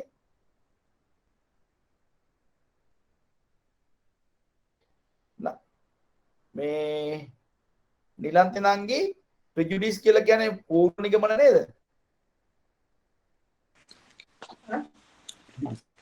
ප්‍රිජුඩිස් කියලා කියන්නේ පූර්ව නිගමන නේද? යමක් වෙන්න කලින් ඒක නිකන් ප්‍රිජුඩිස් වගේ නේ. ප්‍රිජුඩිස් වලට මොනවද මේ සිංහලෙන් කියන්නේ මොකද්ද වචනේ? පූර්ව නිගමන. පූර්ව නිගමන ස්වාමීන් වහන්සේ. පූර්ව නිගමන නේද? එතකොට ප්‍රිජුඩිස් තියෙන්න හොඳ නැහැ කියලා නේද කියන්නේ?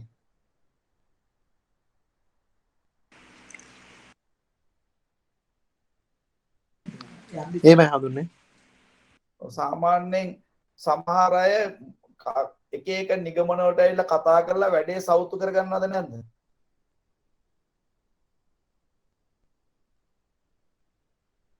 සමහර ශාස්ත්‍ර කියන අය හිතනවා මේ පොඩි පෙනුමක් තියෙන මිනිස්සයා බැඳලා නැහැ ගෑන් ළමෙක් බලාපොරොත්තුෙන් ඉන්න කෙනෙක් කියලා. ඉතින් එයා දැන් කියනවා මේ ඔයාගේ කසාදය මේ පරක් වෙන්න හේතු දෙකක් තියෙනවා. එකක් තමයි කියලා ඔන්න එකක් කියනවා. අනිත් එක තමයි කියලා කියනවා. එතකොට මේ මිනිස්සයා ඒක අහලා කියනවා පිස්සුදු මිනිස්සු මම දැන් කසාදෙන් ළමයි දෙන්නෙකුත් ඉන්නවා කියලා කියනවා. එතකොට ශාස්ත්‍රකාරයා මොකද වෙන්නේ? ශාස්ත්‍රකාරයා හොල්මන් වෙනවද ෆුල් හොල්මන් වෙනවද? හොල්මන්ගේ ෆුල් හොල්මන්. ඔව් ඉතින් ඒ වරදින මොකද මේ මිනිස්සයා දැන් ශාස්ත්‍ර නෙවෙයි බලන්නේ අර පූර්ව නිගමන වලින් මෙයාව මොකද කරන්නේ? හිමීම් ප්‍රවේශමෙන් පරිශීලනය කරනවා. ඉතින් ඔය වගේ අවස්ථාවලදී වරදිච්ච දැන් තියෙනවා. බැඳලපු අයට බැඳලා නැහැ කියලා දිනවා. බැඳලා නැත්තම් ළමයිනොත් නැහනේ. ඉතින් බලපුවම මේ මිනිස්සයා බැඳලා ළමයි දෙන්නෙකුත් ඉන්නවා. ඔන්නෝම ශාස්ත්‍රකාරින්ට වැරදින තැන් තියෙනවා ප්‍රිජුඩිස් වෙන්නේ. හැබැයි ඉතින් දෙවියන්ගෙන් කියනකොට ඉතින් දෙවියෝ මට කිව්වා බැඳලා නැහැ කියලා. ඒකයි මම එහෙම කිව්වේ කියලා බේර ගන්න පුළුවන් නේ. දේවාකර්ෂණයෙන් බණ මේ ශාස්ත්‍ර කියනකොට තමන්ගේ නෙමෙයිනේ වැරද්දනේ දෙවියන්ගේනේ.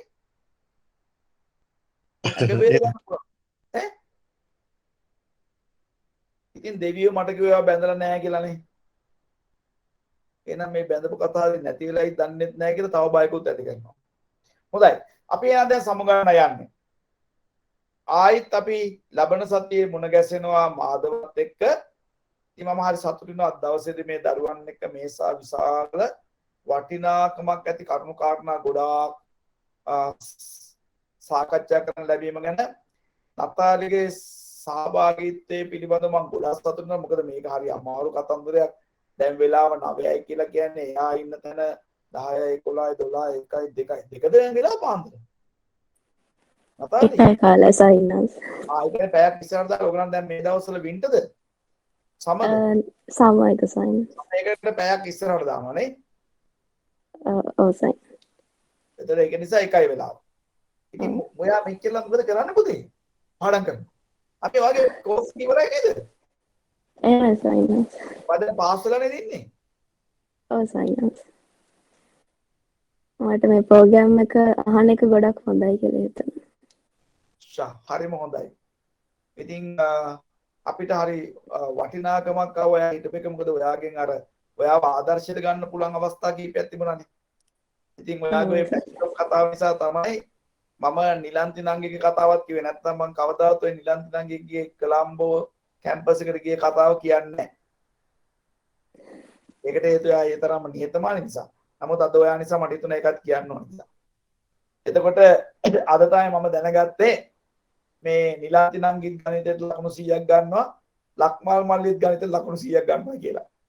මම ලක්මාල් මල්ලි මීට කලින් ඒක දැනගෙන හිටියේ නෑ. මොකද මට ඔය මේ ඉසුරු පුතාට අම්මා කියන අවස්ථාවේදී මම එතන හිටියේ. එහෙමයි හම්බුනේ. එහෙමයි. එතකොට නිලන්ති නංගි තමයි කිව්වේ මේ අපි ඔය ඕනවට වඩා දැඟලුවේ නෑ. අපි ප්‍රශ්න පත්‍රය අතට ගත්තොත් අපි උත්තර ලියනවා ලකුණු 100යි කියලා කිව්වේ. එහෙමනේ නිලන්ති නංගි කිව්වේ. එහෙමයි අම්මේ. ගණන් ඉතින් හදන්නම තියෙන්නේ අම්මේ. ඔව්. ඉතින් මේ නිර්වද්‍යතාවය ඒ තරම්ම බලවත් කියලා. අදයි මම දන්නේ ලක්මාල් මල්ලිත් ලකුණු 100ම ගන්නවා කියලා. මම ගණිතයට එකම එකපාර ලකුණු 100ක් අරන් තිනවා. උගක් වෙලාට මගේ තියෙන 90ට ඉහළින්. මම ලකුණු 100ම අරගත්ත අවස්ථා නැහැ. එකක් තියෙනවා. එකම එක අවස්ථාවේ ලකුණු 100ක් අරන් තිනවා. හොඳයි. එහෙමනම් අපි දැන් සමුගන්න යන්නේ හැම දිනාටම රත්නත්‍රේ පීඩන සියලුම යහපත වේවා. හැම ප්‍රාර්ථනාවක් මිශ්‍ර වේවා. මේ නිදුක් නිරෝගී භාවයත් ගොඩනැගේවා. රත්නත්‍රේ ආශිර්වාද නිරන්තරයෙන්ම ලැබේවා කියලා ආශිර්වාද කරමින් මා සමුගන්නවා. හැම දිනාටම තෙරුවන් සරණයි. Terus